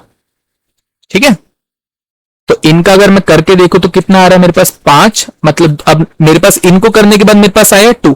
अगर मैं इनको नॉर्मल जोड़ता तो कितना आता है, 3 और 2 5, 4 और 2 6। अब मैं इनका डिजिटल सम लेने की कोशिश करता हूं तो कितना आ गया, 6 और 5 11, 11 का मतलब 2। आया समझ में? ठीक है, एक दो जगह और अप्लाई करके दिखाता हूं। फॉर एग्जाम्पल मैं बोलता 298 हो गया। ठीक है, 3152 6 हो गया, ये हो गया। या फिर 2 नंबर नहीं, मैं एक और नंबर एक्स्ट्रा और ले लेता हूं, 752 हो गया। मैं पूछता इसके अंदर अप्लाई करके बताओ। ठीक है, और मैं आप लोगों को ऑप्शन भी दूंगा साथ में, तब तक आप लोग अप्लाई करो। ठीक है, अगर मैं इसमें डिजिटल सम लेने की कोशिश करता तो 9 और 2 11 और 8 19, 19 का मतलब कितना हो गया मेरे पास, 10, 10 का मतलब 1। ठीक है, 5 3 8 9, 9 और 2 11 और 6 17, 17 का मतलब हो गया 8, 17 का मतलब हो गया 8। 7 और 2 9 और 5 14, 14 का मतलब हो गया 5। क्लियर है? तो सभी को जोड़ दूंगा तो मेरे पास डिजिटल सम कितना आया, 8 और 1 9 और 5 14, 14 का मतलब कितना हो गया मेरे पास, 5। तो इनका मेरे पास डिजिटल सम क्या आ रहा है, 5 आ रहा है। तो अब मैं अगर इनको जोड़ने की कोशिश करता हूं तो कितना आ रहा है मेरे पास, 8 6 14 2 16 का 6, एक गया ऊपर, 9 और 1 10 2 12 और 5 17 का 7, 1 7 और 1 8 5 13 और 2 15 का 5, एक गया ऊपर, 1 और 1 2 और 3। ठीक है, अब मैं ये मेरे पास आंसर आया जोड़ने के बाद। अब मैं चेक करता हूं इसका डिजिटल सम क्या आ रहा है। ठीक है, 3 2 5 5 10, 10 और 6 16 और 7 23, 23 मतलब 5। ठीक है, तो मैं यही समझाना चाह रहा हूं आप लोगों को कि जो मेरे पास ये कैलकुलेट करके आता है, ये तो मैंने एडिशन के ऊपर करके दिखाया, मैं सब्ट्रैक्शन के ऊपर, मल्टीप्लीकेशन के ऊपर भी मेरा सेम ही काम होगा। वहां पर बस मुझे क्या करना होता है, जो मेरे पास ऑपरेशन होता है उसको सेम करना होता है। कि अगर मेरे पास यहाँ प्लस था तो मेरे को प्लस करना है डिजिटल सम्स को, अगर मेरे पास मल्टीप्लाई या माइनस होता तो मुझे वो करना पड़ता। ठीक है, मैं आप लोगों को मल्टीप्लाई करके भी दिखाता हूं, 23 इंटू 41। ठीक है, तो इसका कितना आ गया मेरे पास 5, इसका कितना आ गया 5, मल्टीप्लाई करना तो 5 5 25, डेट मीन्स कि 7 मेरे पास क्या आ रहा है, डिजिटल सम आ रहा है। अब अगर मैं नॉर्मल मल्टीप्लाई करता तो कितना आता है मेरे पास, 3 और 12 2 14 का 4, एक गया ऊपर, 943। क्लियर है? इसका मैं डिजिटल सम लेता तो कितना था, 9 और 4 3 7, 7 और 9 16, 16 का मतलब 7। तो डिजिटल सम मेरा क्या आ रहा है, सेम आ रहा है। आई होप समझ में आ रहा होगा। तो ऐसे ही हमारे को क्या डिजिटल सम का यूज करना होता है। ठीक है, प्लस माइनस हमारे को करना हो या मल्टीप्लाई करना हो तो उसके अंदर तो हम नॉर्मल कर देते हैं, पर डिवाइड में नंबर्स होते हैं तो उसके अंदर हम डायरेक्ट नहीं लगा पाते।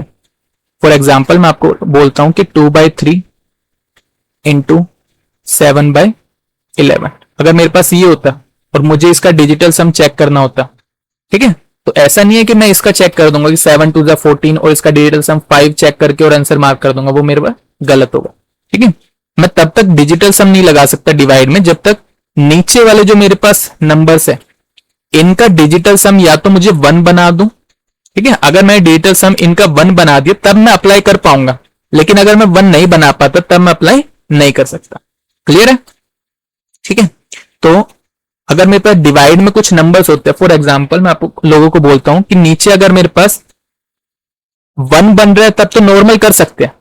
अगर नीचे मेरे पास 7 बनता है या फिर 4 बनता है, ठीक है, कि अगर मेरे पास नीचे वाले जो नंबर है इनका डिजिटल सम लेने पर 7 या फिर 4 आता है, तो उसको हमें क्या करना होता है, उल्टे नंबर से मल्टीप्लाई। फॉर एग्जाम्पल अगर 7 आ रहा है तो मुझे 4 से ऊपर नीचे मल्टीप्लाई करना पड़ेगा, यहां पर भी 4 से, यहां पर भी 4 से, ठीक है।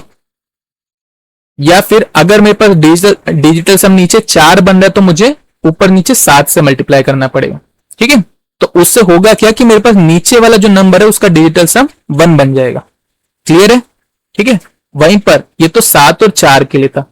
अगर मेरे पास 5 होता या फिर 2 होता, ठीक है, तो मुझे इनका पेयर बनाना पड़ता कि अगर 5 आता तो मुझे 2 से ऊपर नीचे मल्टीप्लाई करना होता, अगर 2 होता तो मुझे 5 से ऊपर नीचे मल्टीप्लाई करना होता। क्लियर है। वहीं पर अगर मेरे पास 8 होता, ठीक है, तो मुझे 8 से मल्टीप्लाई करना होता, ठीक है, तब मेरा जो नीचे डिजिटल सम होता है वो 1 होता और फिर मैं चेक कर सकता था। आई होप समझ में आ रहा होगा ये, ठीक है। और अगर मेरे पास 3, 6, 9 अगर ये नंबर्स है, ये मेरे पास डिजिटल सम है नीचे, तो मैं डिजिटल सम का जो कॉन्सेप्ट है वो अप्लाई नहीं कर सकता।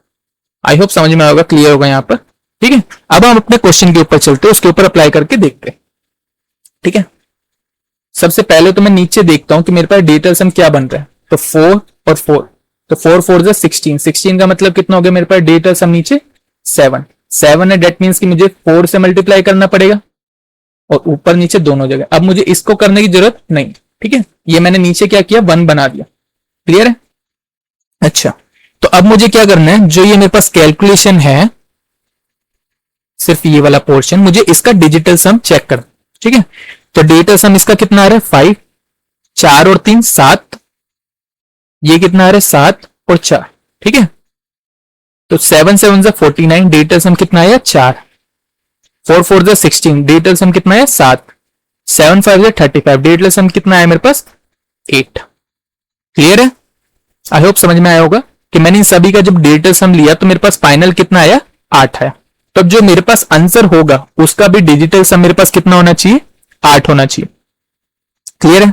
तो मैं लेना शुरू करता हूं यहां से, 5 2 7 और 1 8, 8 7 15, 15 और 8 23, 23 और 5 28 और 8 36, 36 का मतलब डिजिटल सम कितना हो गया 9। तो ये मेरा आंसर नहीं है। क्लियर। इसके अंदर चेक करते 5 10 15 20, 20 और 8 28 और 7 35 और 8 43, 43 का मतलब कितना हो गया 4 और 3 7, मतलब 7। तो ये भी आंसर नहीं है। इसमें चेक करता हूं तो 5 5 10 15 तो 17, 1 18, 18 और 8 26 और 7, 26 और 7 33, 33 का मतलब हो गया 6। तो ये भी मेरा आंसर नहीं होगा। समझ में आया। तो यही मेरे पास ऑप्शन बचा, तो यही आंसर है, लेकिन फिर भी क्रॉस चेक कर लेते हैं। 5 5 10 2 12 13 और 8 21, 21 और 7 28 और 7 35, 35 का डिजिटल सम कितना हो गया 5 और 3 8। दैट मीन्स कि मेरा आंसर जो होगा वो क्या है, option number A. I hope समझ में आया होगा। तो ऐसे ही मुझे कैलकुलेशन से बचने के लिए हमारे पास कुछ तरीके हैं, यूनिट डिजिट है, मल्टीपल्स है, डिजिटल सम है, या फिर कुछ और भी हमारे पास लास्ट 2 डिजिट, लास्ट 3 डिजिट वगैरह हम चेक कर लेते हैं। ठीक है। तो हम जितना ज्यादा हम कैलकुलेशन से बच सकें उतनी हमारी स्पीड क्या होगी, इंप्रूव होगी। क्लियर है। अगर मैं इसको नॉर्मल मल्टीप्लाई करता तो बहुत लंबा काम हो जाता मेरे पास, कि 43 को 43 से मल्टीप्लाई करता, फिर मुझे 5 से मल्टीप्लाई करना पड़ता और 16 से इनको डिवाइड करना पड़ता। ठीक है। तो समझ में आ रहा होगा कितना टाइम हमें लगता। और अगर हमारे को डिजिटल सम का कॉन्सेप्ट आता था तो कुछ भी नहीं था क्वेश्चन के अंदर, कि मैंने सभी का डिजिटल सम लिया और वो चेक कर लिया। आई होप समझ में आया होगा ये। ठीक है। चलते हम आगे। अच्छा, नेक्स्ट क्वेश्चन हमारा क्या बोल रहा है, अ town has a present population of 2,40,000। अभी जो पॉपुलेशन है उसकी 2,40,000 है।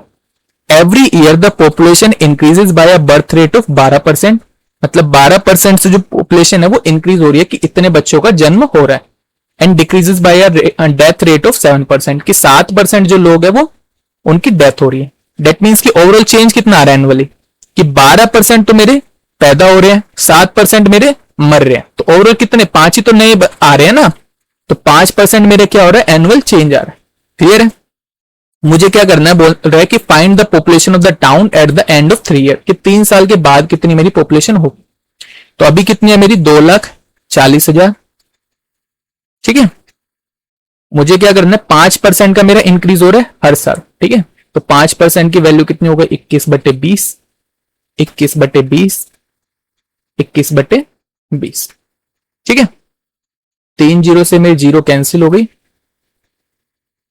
2 दूनी 4, 2 4 2 8, तो कितना हो गया 30। ठीक है, तो मेरी कैलकुलेशन कितनी हो गई, 30 इंटू ये वाली वैल्यूज मेरे को मल्टीप्लाई करनी। क्लियर। अच्छा, अब इसके अंदर भी हम कुछ अपना मेथड चेक कर लेते हैं। मैं आंसर ऑप्शन देखता हूं, तो मेरे पास आंसर जो है वो लास्ट में हमारे पास एक ही जीरो है। ठीक है, कहीं और से तो मेरे पास जीरो नहीं आ रही है। ठीक है, तो जो मेरे पास आंसर होगा उसके अंदर भी एक ही जीरो होनी चाहिए। इसके अंदर 2 जीरो, ये ऑप्शन कट गए मेरे पास, इसके अंदर 3 जीरो है, तो ये दोनों ऑप्शन मेरे पास नहीं हो सकता। मेरे पास ऑप्शन या तो ये होगा या फिर ये होगा। ठीक है, अब इनको चेक करने के लिए अगर मैं यूनिट डिजिट चेक करता तो वो भी मेरे पास कुछ मेरा काम नहीं देती, उनके लास्ट जो यूनिट डिजिट है वो भी क्या है, सेम है। ठीक है, तो अब इसके अंदर क्या कर सकते हैं, हम मल्टीपल चेक कर सकते हैं। जैसे मैं चेक करूं कि इसके अंदर मेरा 3 आ रहा है और इन सभी के अंदर भी मेरा क्या आ रहा है, 3 आ रहा है। 7 3 27, 7 3, तो जो मेरा फाइनल आंसर आने वाला है वो क्या होगा, 9 का मल्टीपल होगा, 9 का मल्टीपल होगा, या जिसको हम डिजिटल सम भी बोल रहे थे अभी लास्ट क्वेश्चन के अंदर। ठीक है, तो डिजिटल सम 0 आना चाहिए बेसिकली। ठीक है, तो अगर हम इसमें चेक करते हैं तो इसमें कितना आ रहा है हमारे पास, 7 और 2 9, 7 16, 16 और 8 24 और 3 27, मतलब ये 9 का मल्टीपल है। क्लियर है, लेकिन अभी भी हम बोल नहीं सकते कि हो सकता है कि ये भी 9 का मल्टीपल हो, तो हम नहीं बता पाएंगे कि कौन सा मेरा आंसर होने वाला। इसके अंदर चेक करते हैं, 3 2 5, 7 5 12 और 8 20 और 23, 23 क्या 9 से करता है, नहीं करता, तो ये मेरा ऑप्शन नहीं है। तो एक ही ऑप्शन मेरा हो सकता है, वो क्या होगा, option number C. I hope समझ में आया होगा ये। ठीक है, हम चाहते हैं तो इसके अंदर फॉर्मूला भी अप्लाई कर सकते थे, लेकिन फॉर्मूला मैंने क्यों अवॉइड किया, क्योंकि यहां पर मैं अगर फ्रैक्शन की वैल्यूज लूंगा तो उससे मेरी कुछ वैल्यूज कम हो रही है, कट रही है। ठीक है, जिससे मेरी कैलकुलेशन जो होगी वो कम हो जाएगी। 5% का, वरना मुझे क्या करना पड़ता, 5 और 5 के ऊपर मैं 2 के ऊपर लगाता तो कितना होता, 10.25, फिर मुझे दोबारा 5 के ऊपर लगाना पड़ता तो कितना होता, 15 इसको मल्टीप्लाई करेंगे उसके बाद कितना आएगा, 5 25 का 5, 2 गया ऊपर, 5 2 10, 12 का 2, 1 गया ऊपर, 1 5। ठीक है, 2 डेसिमल मेरे पास यहाँ थी, 2 वहां थी, तो 0 पॉइंट, तो मेरे पास कितना आ गया, 15.5125%। इसकी वैल्यू मुझे निकालनी पड़ती। ठीक है, तो डेसिमल तो मैं वैसे भी अवॉइड करता हूं क्वेश्चंस के अंदर। ठीक है, तो ये भी कर सकते हैं वैसे कि 15.25% की वैल्यू हम निकालते, इनिशियल जो हमारे पास 2,40,000 थी, तो भी हमारे पास आंसर सेम आता। क्लियर है यहां तक। ठीक है, चलें आगे। अच्छा, अगला क्वेश्चन हमारा क्या बोल रहा है, बोल रहा है the number of bacteria in a petri dish was इतना, 1,20,000 हमारे पास नंबर ऑफ बैक्टीरिया थे। ठीक है, इट इंक्रीज बाय 10%, पहले घंटे में क्या हुआ कि 10% से वो इंक्रीज होगा। क्लियर है, दूसरे घंटे में क्या बोल रहा है कि एक्स का चेंज आया, परसेंट या कुछ नहीं बोल रहा, हमारे को बोल रहा है कि एक्स का चेंज आया, हो सकता है कि बड़े भी हो सकता है घटे भी हो, हमें नहीं पता। अच्छा, उसके बाद बोल रहे हैं इन द थर्ड आवर, तीसरे घंटे में क्या हुआ, 10% से वो इंक्रीज हो गए। क्लियर है, और इतना सब होने के बाद 3 घंटे के बाद जो अभी फाइनल है हमारे पास वो कितना है, 1,16,160। क्लियर है, तो हमारे से पूछ रहे हैं कि जो सेकंड घंटे के अंदर जो चेंज आया था, मतलब जो एक्स आया था वो क्या था। परसेंटेज के अंदर भी ऑप्शंस हमारे को दिए और रो नंबर के अंदर भी हमारे को देखिए। ठीक है, तो हम चेक करते हैं यहां से। तो इनिशियली मेरे पास कितना था, 1,20,000 था। क्लियर है, इसके अंदर 10% का इंक्रीज, दैट मीन्स कि 10 की वैल्यू हो गई 11। अच्छा, सेकंड वाला मैंने ऐसे ही छोड़ दिया, क्यों छोड़ा, क्योंकि मुझे नहीं पता कि इंक्रीज हो रही है वैल्यू या फिर डिक्रीज हो रही है। हो सकता है इंक्रीज हो या फिर डिक्रीज हो। ऑप्शन देख के वैसे बता सकता हूं कि डिक्रीज होने वाली है, क्यों, क्योंकि मेरे पास 1,20,000 की चीज 1,16,000 में चली गई, मतलब 4,000 डिक्रीज हुई ना, है ना। तो यहाँ पे डिक्रीज आने वाले, लेकिन फिर भी मैं यहाँ पे छोड़ देता हूं। मैं फ्रैक्शन में मेरे पास जो भी आंसर आएगा मैं चेक कर दूंगा बाद में। आगे क्या बोल रहा है कि फिर से मेरे पास 10% की वैल्यू इंक्रीज हुई, तो 10 की वैल्यू मेरे पास 11 हो गई। क्लियर है, अच्छा, बोल रहे अब फाइनल मेरे पास जो वैल्यू आई वो आई 1,16,160। क्लियर है यहाँ पे। ठीक है, तो अब मैं इसको सोल्व करना शुरू करता हूं। 11 से मैं इसको काटता हूं तो 11 एकम 11, 0 5 पे गया 55, 6 0। क्लियर है। फिर से 11 से काटता हूं तो 9 पे गया 99, 6 6 ये। 12 से इसको काटता हूं तो 12 अट्ठे। ठीक है, तो मेरे पास कितना आ गया, ये आ गया मेरे पास 80, 2 0 मेरे पास ये ऊपर आ गई। ठीक है, और ये मेरे पास कितनी, जो 4 0 मेरे पास नीचे बची, 1 2 3 4। तो जो मेरे पास फ्रैक्शन की वैल्यू आई, ये जो मैंने लिखा था कुछ x बाय वाई था, ये मेरे पास, ये क्या था मेरे पास इनिशियली जो मेरे पास वैल्यू थी, और ये क्या थी मेरे पास फाइनल वैल्यू, है ना। तो इसकी वैल्यू मेरे पास क्या आई, इनको मैं 0 को काट देता हूं तो मेरे पास कितना आया 8/10। 8/10 को और छोटा कर लेते 4/5। ठीक है, अच्छा ऑप्शन अब मैं देखता हूं तो मेरे पास आंसर आ गया। तो 4/5 बोल रहा है। ठीक है, तो बोल रहा है पहले मेरे पास 5 थे, उससे मेरे पास वैल्यू हो गई 4। क्लियर है, 5 से मेरे पास वैल्यू क्या हो गई 4 हो गई। तो कितने का डिक्रीज हुआ, 1 का डिक्रीज कितने पर, 5 पर। तो 100 पर कितना, तो कितना हो गया मेरे पास आंसर 20%। 20% की वैल्यू मेरी क्या हुई, डिक्रीज हुई। तो आंसर क्या होगा मेरा option number A. I hope समझ में आया होगा, अच्छा क्वेश्चन था ये। ठीक है, नेक्स्ट क्वेश्चन के ऊपर चलते हैं। नेक्स्ट क्वेश्चन हमारा क्या बोल रहा है, a person has some amount with him, एक आदमी है उसके पास कुछ पैसे हैं। ठीक है, 24% ऑफ इट्स इज स्टोलन इन अ बस, जो पैसे उसके पास थे उसमें से 24% जो थे वो बस के अंदर चोरी हो गए। ठीक है, रेस्ट का मतलब क्या, जो बचे थे उसके पास चोरी होने के बाद जो पैसे बचे उसमें से 45% is lost through a hole in the pocket, उसकी जेब के अंदर क्या जेब फटी हुई थी, तो उससे 45% जो पैसे थे वो निकल गए।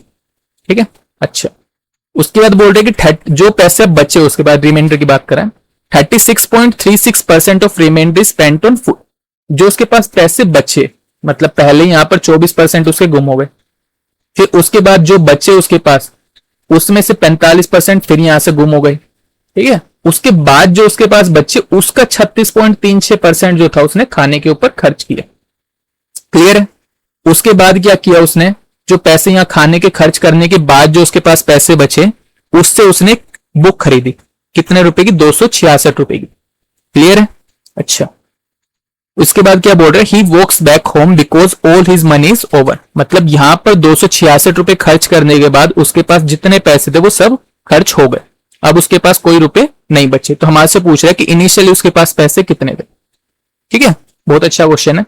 क्या बोल रहा है, मैं मान लेता हूं कि इनिशियली जो उसके पास पैसे थे वो एक्स थे। क्लियर है, कि मैंने माना क्या कि इनिशियली उसके पास एक्स रुपए थे, उसके बाद 24% जो थे उसके पैसे चोरी हो गए, चोरी हो गए तो उसके बाद वो जो बचे वो आग गया, मतलब यहां पर जो चोरी हो गए उसके बाद बचने के वाले में तो उसने खर्चा किया ना जो भी किया। ठीक है, तो 24% खर्च होने के बाद उसके पास कितने बचे, 24% की फ्रैक्शन हमारे पास कितनी हो जाएगी, 4% की हमारे पास होती है 1/25, तो वो हमारे पास हो जाएगा 6/25, और ये क्या हो गया कम हो गए इतने। ठीक है, क्योंकि इतने पैसे उसके गुम हो गए। क्लियर है यहाँ पे, तो ये पैसे उसके पास गुम होने के बाद जो उसके पास पैसे बचे वो इतने हैं, x इंटू 19/25। क्लियर है यहाँ पे, ठीक है। अब उसके बाद क्या बोल रहा है, ये पैसे जो बचे उसके पास उसमें से 45% उसके दोबारा गुम हो गए। ठीक है, इस वैल्यू का 45% गुम हुआ, तो अब दोबारा 45% गुम होने के बाद जो पैसे बचेंगे उसका खर्चा करेगा। दैट मीन्स कि मुझे वैल्यू माइनस करनी पड़ेगी इसके अंदर, 45% जो खर्च होंगे तो बचेंगे कितने उसके पास, 55%, 55 बचेंगे ना। ठीक है, आगे क्या बोल रहे हैं कि 36.36% ऑन रिमाइंडर, मतलब जो ये पैसे बचे इसके पास इसका 36.36% वो क्या करते हैं खाने के ऊपर खर्च करते हैं, और खर्च करने के बाद जो बचे उससे ही तो बुक ली उसने। क्लियर है, अच्छा क्वेश्चन है, समझा रहा हूं, दोबारा बताऊंगा एक बार। ठीक है, उसके बाद क्या बोल रहे हैं 36.36% ऑफ रिमाइंडर फूड ऑन। अच्छा 36.36 किसकी फ्रैक्शन वैल्यू होती है, मैंने बताया था 9.09, ये मेरी किसकी होती है 1/11 की, और ये क्या हो रही है वैल्यू 4 टाइम्स हो रही है, तो किसकी होगी 4/11। ठीक है, और ये क्या हो रहा है माइनस, दैट मीन्स की वैल्यू कितनी हो गई 7/11। क्लियर है यहाँ पे, अच्छा अब ये पैसे उसके सारे खर्च हो गए। ठीक है, यहां तक अब बोल रहा है कि यहां तक उसने खाने तक पहुंच गया, अब उसके पास जो पैसे बचे, ठीक है, वो किसके इक्वल है? 266 के, ठीक है, क्योंकि जो ये सब खर्चा करने के बाद जो उसके पास पैसे बचे उसे तो उसने बुक लिए, और वो किसके इक्वल है? 266 के, ठीक है। अच्छा, अब मैं इस क्वेश्चन को सोल्व करता हूं, कैलकुलेशन बस मुझे करनी है, मेरा आंसर आ जाएगा। तो 5 से मैं काटता हूं तो ये गया 5 पे, ये हो गया 11, 11 से मेरा 11 कैंसिल हो गया, ठीक है। 7 से मैं इसको काटता हूं तो 7 या 21 और 38, 19 से इसको मैं काटता हूं तो कितना हो गया? 2। क्लियर है? तो 5 यहां पे मल्टीप्लाई होगा तो 5 टू 10 और 2 0 और आ जाएगी, तो 10 और 2 0 1000। तो मेरा आंसर क्या हो गया? Option number C. समझ में आया? दोबारा बताता हूं, ठीक है। अच्छा क्वेश्चन था। क्या बोल रहा है कि मेरे पास कुछ शुरू में कुछ पैसे थे, ठीक है, मैंने मान लिया कि x रुपए मेरे पास थे, ठीक है। बोल रहा है ये पैसे जो थे मेरे पास, उसके अंदर से मेरे पास 24% खर्च हो गए या फिर गुम हो गए बेसिकली, ठीक है, गुम हो गए। तो गुम होने के बाद जो मेरे पास बचे, उससे ही तो मैंने बाकी चीजें ली ना, है ना। मैंने बुक कैसे खरीदी? कि जो मेरे पास पैसे गुम हो गए तो उसके बाद जो मेरे पास बचे उससे ही तो मैंने सब कुछ लेके आया। तो यहां पर जो मेरे पास x रुपए शुरू में थे, उसमें से ये जो पैसे गुम हो गए ये मेरे को घटाने पड़ेंगे। तो मैंने इसको घटाया तो 24% की मेरी फ्रैक्शन कितनी हो गई? 6/25, ठीक है। तो 6 क्या हो रहा है? मेरे को घटाना पड़ेगा, तो मेरे पास कितना आ गया? 19/25। क्लियर है? अच्छा, उसके बाद बोल रहे यहां पर मैं पहुंच गया, यहां तक मेरा हिसाब किताब कंप्लीट है। अब बोल रहे जो मेरे पास बचे, रेस्ट बोल रहा है, ठीक है। ये नहीं बोल रहा कि इनके साथ में जो पैसे है वो नहीं बोल रहा, बोल रहा जो बचने के बाद 45% उसके गुम हो गए। तो फिर से मेरे को हटाने पड़ेंगे 45% की फ्रैक्शन भी लगा सकते हैं, अगर वरना नॉर्मल भी कर सकते हैं कि मेरे पास वैल्यू कैंसिल हो जाएंगे, ठीक है। उसके बाद 36.36% ऑफ रिमाइंडर, मतलब यहां से जो बचा उसके पास, उसमें से इतने पैसे वो खर्च कर रहा है, ठीक है। तो बचे जो होंगे उससे तो बुक खरीदी होगी उसने, तो इसको मैं हटा दूं, 36.36% मेरे पास हो गया 4/11। तो 4/11 तो वो खर्च कर रहा है, तो बचे कितने होंगे उसके पास? 7/11, ठीक है। अब ये जो मेरे पास अमाउंट आएगी ये क्या आएगी? जो उसके पास पैसे बचे, ठीक है। अब वो बोल रहे जो पैसे बचे उससे उसने क्या किया? एक बुक खरीद ली जो कि 266 रुपए की थी, ठीक है। अब मुझे इसको कैलकुलेट करके और अपना आंसर निकाल लेना, ठीक है। तो अच्छा मेथड तो यही है कि ये मेथड मेरा क्या कर रहा है, एक ही सिंगल लाइन के अंदर मेरे को आंसर दे रहा है, ठीक है। तो मुझे यही अप्लाई करना चाहिए क्योंकि इसके अंदर कुछ वैल्यूज मेरी कैलकुलेट हो रही है जिससे मेरी कैलकुलेशन वगैरह कम हो गई, ठीक है। या दूसरा अगर हम लगाते तो हमारे को थोड़ा बड़ा पड़ता उसके। चलो अब हम आगे चलते हैं अगले क्वेश्चन पे। अगला क्वेश्चन हमारा क्या बोल रहा है? After spending 40% on machinery, after spending 40% on machinery, 25% on building, 15% on raw material and 5% on furniture. A small scale industry owner had a balance of इतना रुपये उसके पास बच गया, total money with him was. अच्छा, अब थोड़ा सा डिफरेंस है, लास्ट क्वेश्चन को अगर हम देखेंगे और इस क्वेश्चन को देखेंगे तो थोड़ा सा डिफरेंस है। इसके अंदर क्या बोल रहा था? इसके अंदर अगर हम ध्यान दें तो वो बोल रहा था जो पैसा बच रहा है, रेस्ट मनी की बात कर रहा था, रिमाइंडर की बात कर रहा था, मतलब बचने वाले के ऊपर। इसके अंदर ऐसा कुछ नहीं बोल रहा। इसके बाद बोल रहा है जो इनिशियल मान लो कि उसके पास 100 रुपए थे, ठीक है, तो 100 में से 40 उसने एक चीज के ऊपर खर्च कर दिए, और इसी के अंदर से 25 उसने एक चीज के ऊपर खर्च कर दिए, और 15 एक चीज के ऊपर, 5 एक के ऊपर, ठीक है। लेकिन लास्ट वाले के अंदर वो कैसा बोल रहा था कि अगर लास्ट वाले की तरह ही अगर मैं इसको लिखूं तो वो बोल रहा था कि 100 से 45 उसने खर्च किए पहले, जो उसके पास बचे उस वैल्यू में से बाकी दूसरी वैल्यूज को वो घटा रहा था, ठीक है। तो ये चेंज था लास्ट वाले क्वेश्चन में और इस क्वेश्चन के अंदर अगर हम बात करेंगे तो, ठीक है। उसके अंदर सक्सेसिव लग रहा था, इसके अंदर सक्सेसिव नहीं है। उसके अंदर चेंज वैल्यू के अंदर चेंज हो रहा था, इसके अंदर इनिशियल वैल्यू के अंदर चेंज आ रहा है। आई होप क्लियर होगा, समझ में आया होगा, ठीक है। तो क्या बोल रहे 40% मैंने इनिशियल वैल्यू में से घटाया, 25 वैल्यू भी घटाया, 15 भी घटाया और 5 भी घटाया, तो ओवरऑल घटाया कितना मैंने? 40, 20, 60, 70, 80 और 5 85। मतलब मेरे पास जो अगर शुरू में 100 था तो उसमें से 85 मैंने घटा दिया, तो मेरे पास बचा कितना? 15। और वो 15 ही जो रिमाइंडर है वो क्या बोल रहा है कि उसके पास जो पैसे बचे हैं वो कितना है? 130,500। और मुझसे पूछ रहा है कि इनिशियली उसके पास पैसे कितने थे, तो डिवाइड बाय 15 इंटू 100। क्लियर है? तो इसको मैं कैलकुलेट कर लेता हूं, 15 से काटता हूं तो 15, 8 पे गया 120, 10, 5, 7 पे गया 105, 2 0, 2 0 ये 2 4। ऑप्शन नंबर सी जो होगा वो मेरा सही आंसर है। आई होप समझ में आया होगा इसमें और लास्ट वाले के अंदर क्या चेंज था। ठीक है, अच्छा नेक्स्ट क्वेश्चन के ऊपर हम चलते हैं। नेक्स्ट क्वेश्चन हमारा क्या बोल रहा है, Savita spends 20% of her monthly income on grocery. 20% जो है वो अपनी इनकम का ग्रोसरीज के ऊपर खर्च कर रही है। मतलब मान लो कि शुरू में उसके पास 100 रुपए थे तो उसने 20 रुपए खर्च कर दिए, तो अब उसके पास कितने बचे, 80 बचे। 20 रुपए खर्च कर दिए ग्रोसरीज के ऊपर। ठीक है, अच्छा आगे क्या बोल रहा है, बोल रहा है 15% of the remaining on rent. जो उसके पास आया ये रिमेनिंग है उसके पास, इसका 15%, ठीक है, वो क्या कर रही है, रेंट के ऊपर खर्च कर रही है। इसका 15% में निकालूंगा या फिर 15% वो खर्च कर रहे, तो बचा कितना रही होगी, 85%। ठीक है, तो 85% की फ्रैक्शन लिख देता हूं,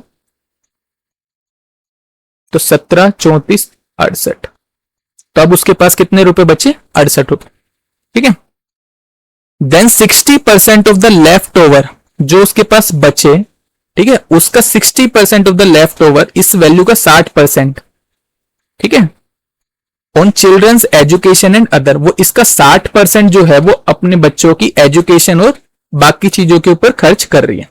ठीक है, और बोल रहे हैं कि अब खर्च कर दिया तो उसके बाद ही तो उसके पास सेविंग बचेगी ना। जो आगे सेविंग लिख रहा है तो वो खर्च करने के बाद बचेगी। तो अगर वो इस वैल्यू का 60% खर्च कर रही है तो बचाएगी कितना, 40%। क्लियर है? अच्छा, तो इसी वैल्यू को क्या बोल रहा है कि वो जो सेव कर रही है वो कितना है, 9792। ये यूनिट के अंदर है, एग्जैक्ट वैल्यूज नहीं है। ठीक है, उसके बाद मेरे से क्या पूछ रहा है कि how much does she spend on rent, कि रेंट के ऊपर उसने कितना पैसा खर्च किया था, वो हमें निकालना है। ठीक है, अच्छा तो यहां से पहले मैं जो वैल्यू यूनिट की वैल्यू निकाल लेता हूं कि कितनी है।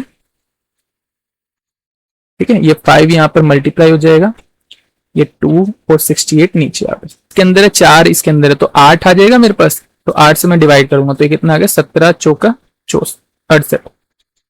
8 से इसको काटता हूं तो 1 1 2 पे गया 16, 1 2 पे गया 16 4।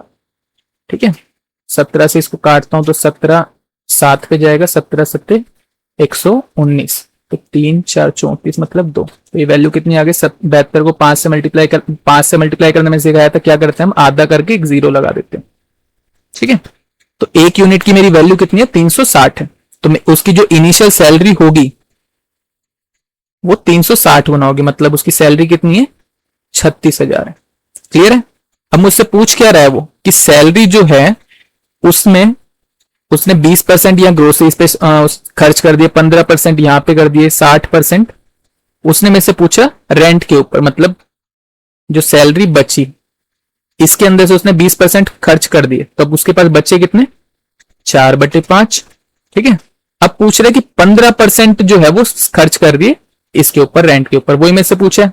तो इस वैल्यू का मुझे क्या लेना पड़ेगा, 15%, 3/20। ये मेरे पास आंसर आ गया। 20 पंजे 100, 100 मतलब मैं 2 0 काट देता हूं। ठीक है, इसको मेरे को कैलकुलेट करना है, ऑप्शंस में देखता हूं। ठीक है, तो एक मेरे पास 0 आ रही है, लास्ट में 0 आनी चाहिए, ये ऑप्शन मेरा नहीं हो सकता। ठीक है, यूनिट डिजिट में चेक करता हूं तो कितना आएगा, 4 3 12 का 2, 6 2 12 का 2। ठीक है, तो मेरे पास आंसर क्या होगा, ऑप्शन नंबर डी। आई होप समझ में आया होगा, क्योंकि बाकी किसी के अंदर मेरे पास यूनिट डिजिट 2 नहीं है।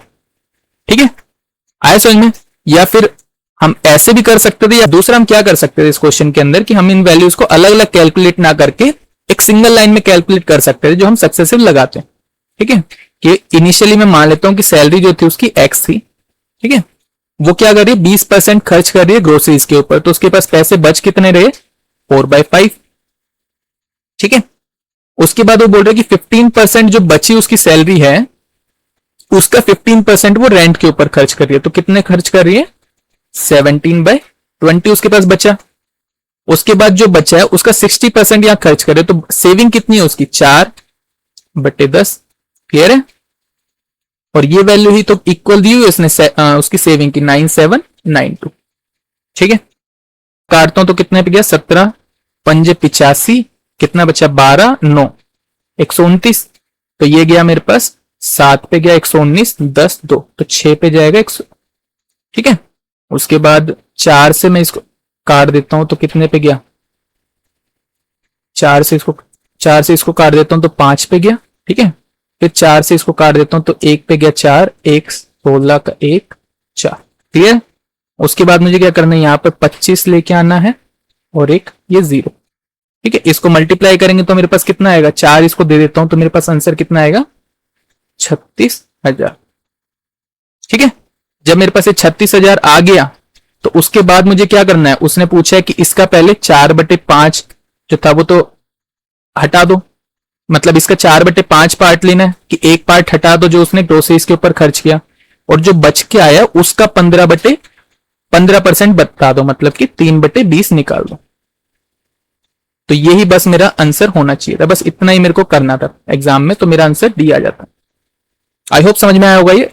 ठीक है, नेक्स्ट क्वेश्चन हमारा क्या बोल रहा है, an employ contribute 20% of their salary to charity. एक एम्प्लॉय है जो 20% अपनी सैलरी का चैरिटी में दान कर देता है। ठीक है, from the remaining amount 40% is allocated to investment. अच्छा, बोल रहे कि पहले 100 रुपए कुछ थे उसके पास, उसमें से 20% उसने चैरिटी में दे दिए, जो उसके पास बचा उसका 40% उसने क्या किया, इन्वेस्टमेंट में लगा दिया। ठीक है, the rest is divided for education and travel. जो उसके पास इन्वेस्टमेंट में उसने हटा दिया तो उसके पास बचा कितना, 60% बचा होगा। जो उसके पास 60% बचा वो उसने क्या किया, 2 हिस्सों में बांट दिया। कुछ पैसे उसने अपने एजुकेशन के लिए रख लिए, कुछ पैसे उसने ट्रेवल के लिए रख लिए। ठीक है, और बोल रहे कि जो उसका खर्चा हुआ ट्रेवल के ऊपर वो कितना था, 6,000। तो हमारे से पूछ रहा है कि उसकी इनिशियली सैलरी कितनी थी। अगर क्वेश्चन समझ में आया होगा, सिंगल लाइन में इसको करने की कोशिश करते हैं। तो मैं मान लेता हूं इनिशियली जो सैलरी थी उसकी एक्स थी। ठीक है, 20% उसने अपनी सैलरी दान कर दी, तो जो उसके पास बाकी जो खर्चा वर्चा जो भी करेगा वो क्या करेगा, जो बचे हुए पैसे होंगे उनसे करेगा। तो कितने बचे होंगे उसके पास, 4/5। ठीक है, उसके बाद जो अब उसके पास जो पैसे बचे उसका 40% वो इन्वेस्टमेंट में लगा रहा, तो बच्चे कितने होंगे उसके पास, 60।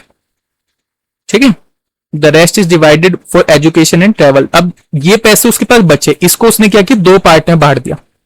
एजुकेशन को उसने दिए 7 रुपए, ट्रेवल को दिए 5 रुपए।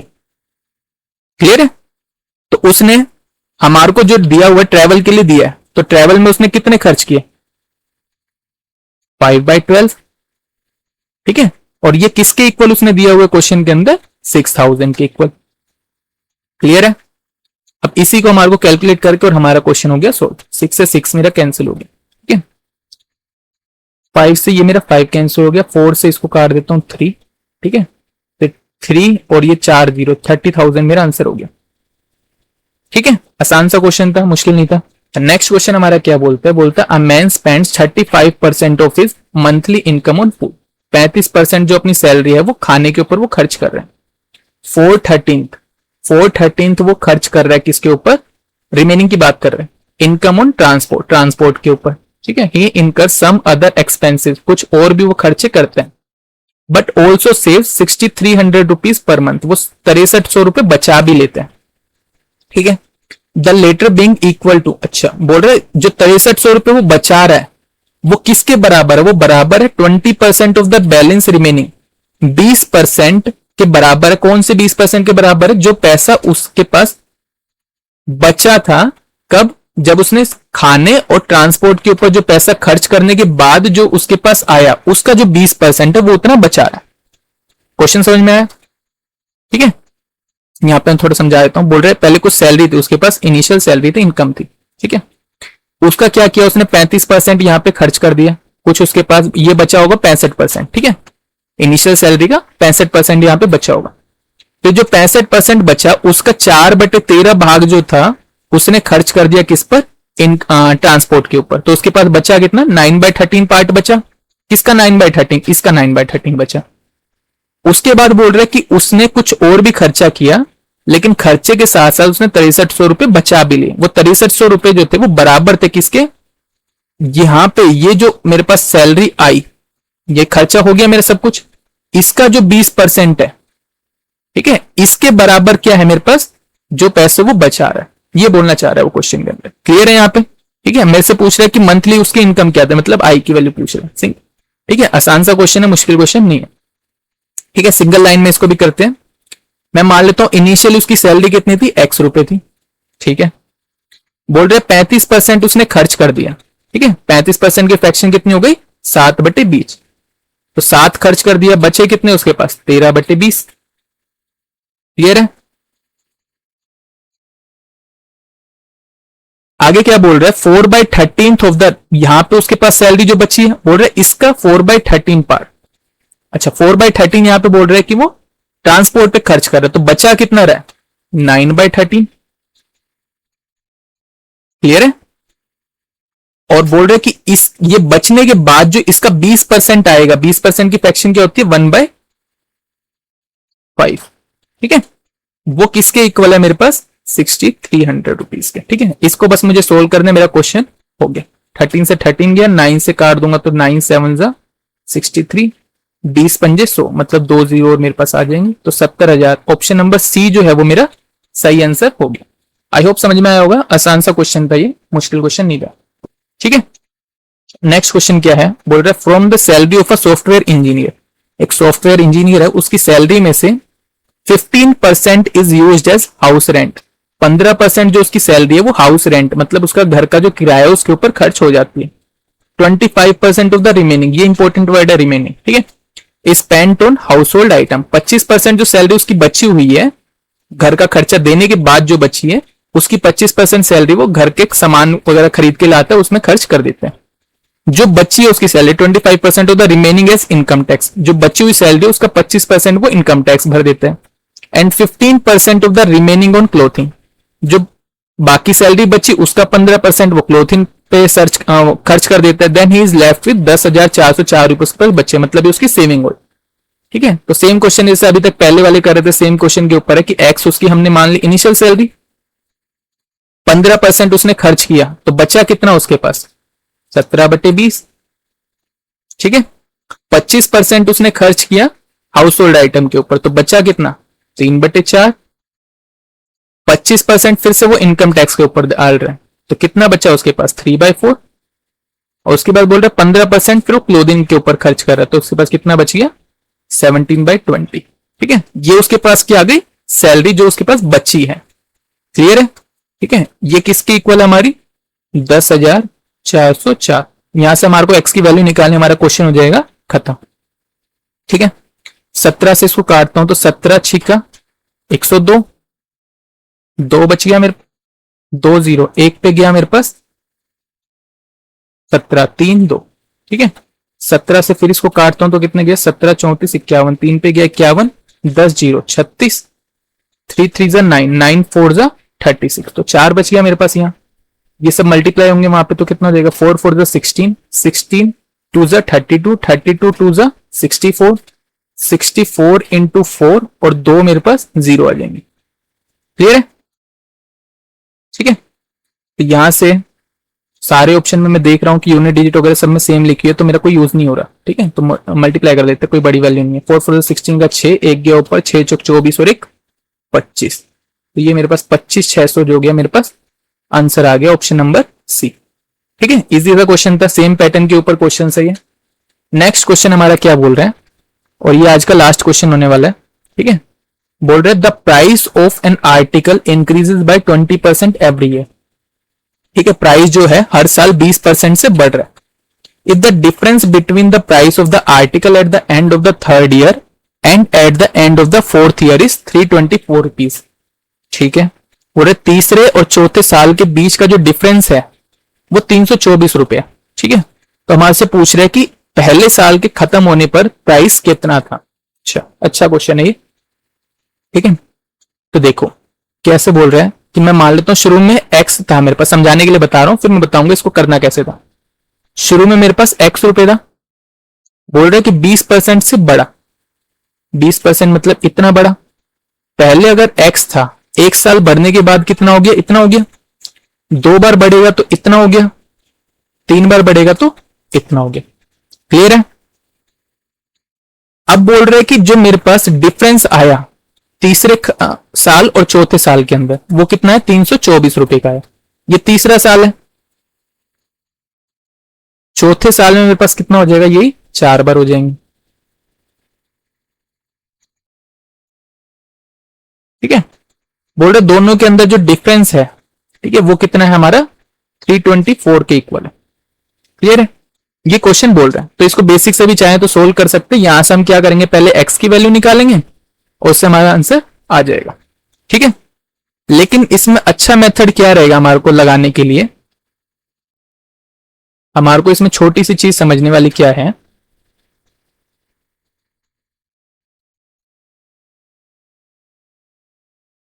देखो वो क्या बोल रहा है कि जो मेरे पास डिफरेंस है थर्ड ईयर और फोर्थ ईयर का, थर्ड ईयर के अंदर जब मैं 20% का इंक्रीज करूंगा तभी तो मेरे पास फोर्थ ईयर आएगा ना। क्लियर है, तो जो फोर्थ ईयर और इनका जो डिफरेंस, जो दोनों के बीच में जो डिफरेंस है वो कितना है, 20% का ही तो है। अगर वो 20% का है तो वही तो वैल्यू ये दी हुई है ना। ये 324 किसकी वैल्यू है, 20% की वैल्यू है। अब ये जो मेरे पास वैल्यू आएगी किसकी आएगी, थर्ड साल की जो बिगनिंग की थी। ठीक है, तो 5 4 20 का 0, 2 गया ऊपर, 5 2 12, 10 12 का 2, 1 गया ऊपर, 5 या 15 और 1 16। ठीक है, अब ये मेरे पास वैल्यू कौन सी आ गई, थर्ड साल, तीसरे साल की। ठीक है, इनिशियली मेरे पास सैलरी कितनी थी x, उसके बाद क्या वो उसके अंदर 20% का इंक्रीज, मतलब 6/5 किया मैंने, फिर से 6/5 किया तो मेरे पास सैलरी कितनी आ गई 1620। क्लियर है, 6 से इसको काट देता हूं तो 6 2 12, 4 2 7 0, 6 से इसको काटूंगा तो 4 पे गया 24 45। ठीक है, और 25 से इसको मल्टीप्लाई कर दें, 25 पंजे 125 का 5, 12 गया ऊपर, 25 चौका 100 और 12 112। तो मेरा आंसर क्या हो गया, option number C. Unit digit वगैरह भी मैं अप्लाई कर सकता था पर कोई बड़ी कैलकुलेशन नहीं थी, इसलिए मैंने डायरेक्ट सोल्व कर दिया। आई होप समझ में आया होगा ये। ठीक है, तो इसी के साथ जो हमारा थर्ड लेक्चर था परसेंटेज का, इसके अंदर हमने क्या सक्सेसिव परसेंटेज को सीखा। ठीक है, उसको क्वेश्चंस के अंदर अप्लाई किया, इसके अंदर हमने इफेक्टिव रेट निकालना सीखा था। ठीक है, उसको कैसे क्वेश्चंस के ऊपर हम अप्लाई करते हैं, 2 साल का 3 साल का हमने फॉर्मूला भी सीखा था। ठीक है, जिससे हमारे पास क्वेश्चन जो हम जल्दी कर पाए। आई होप अच्छा लगा होगा आप सभी को, और इस लेक्चर को एक बार और देखना और सारे क्वेश्चंस को खुद अटेम्प्ट करना। ठीक है, अगर आप लोगों को अच्छा लग रहा है, मेरा कंटेंट पसंद आ रहा है, आप लोगों को लग रहा है कि हाँ मेहनत कर रहा हूं मैं, ठीक है, तो इस वीडियो को लाइक करें और चैनल को सब्सक्राइब जरूर करना। इस सीरीज का 4th पार्ट जो होगा वो जल्दी आने वाला है। Thank you.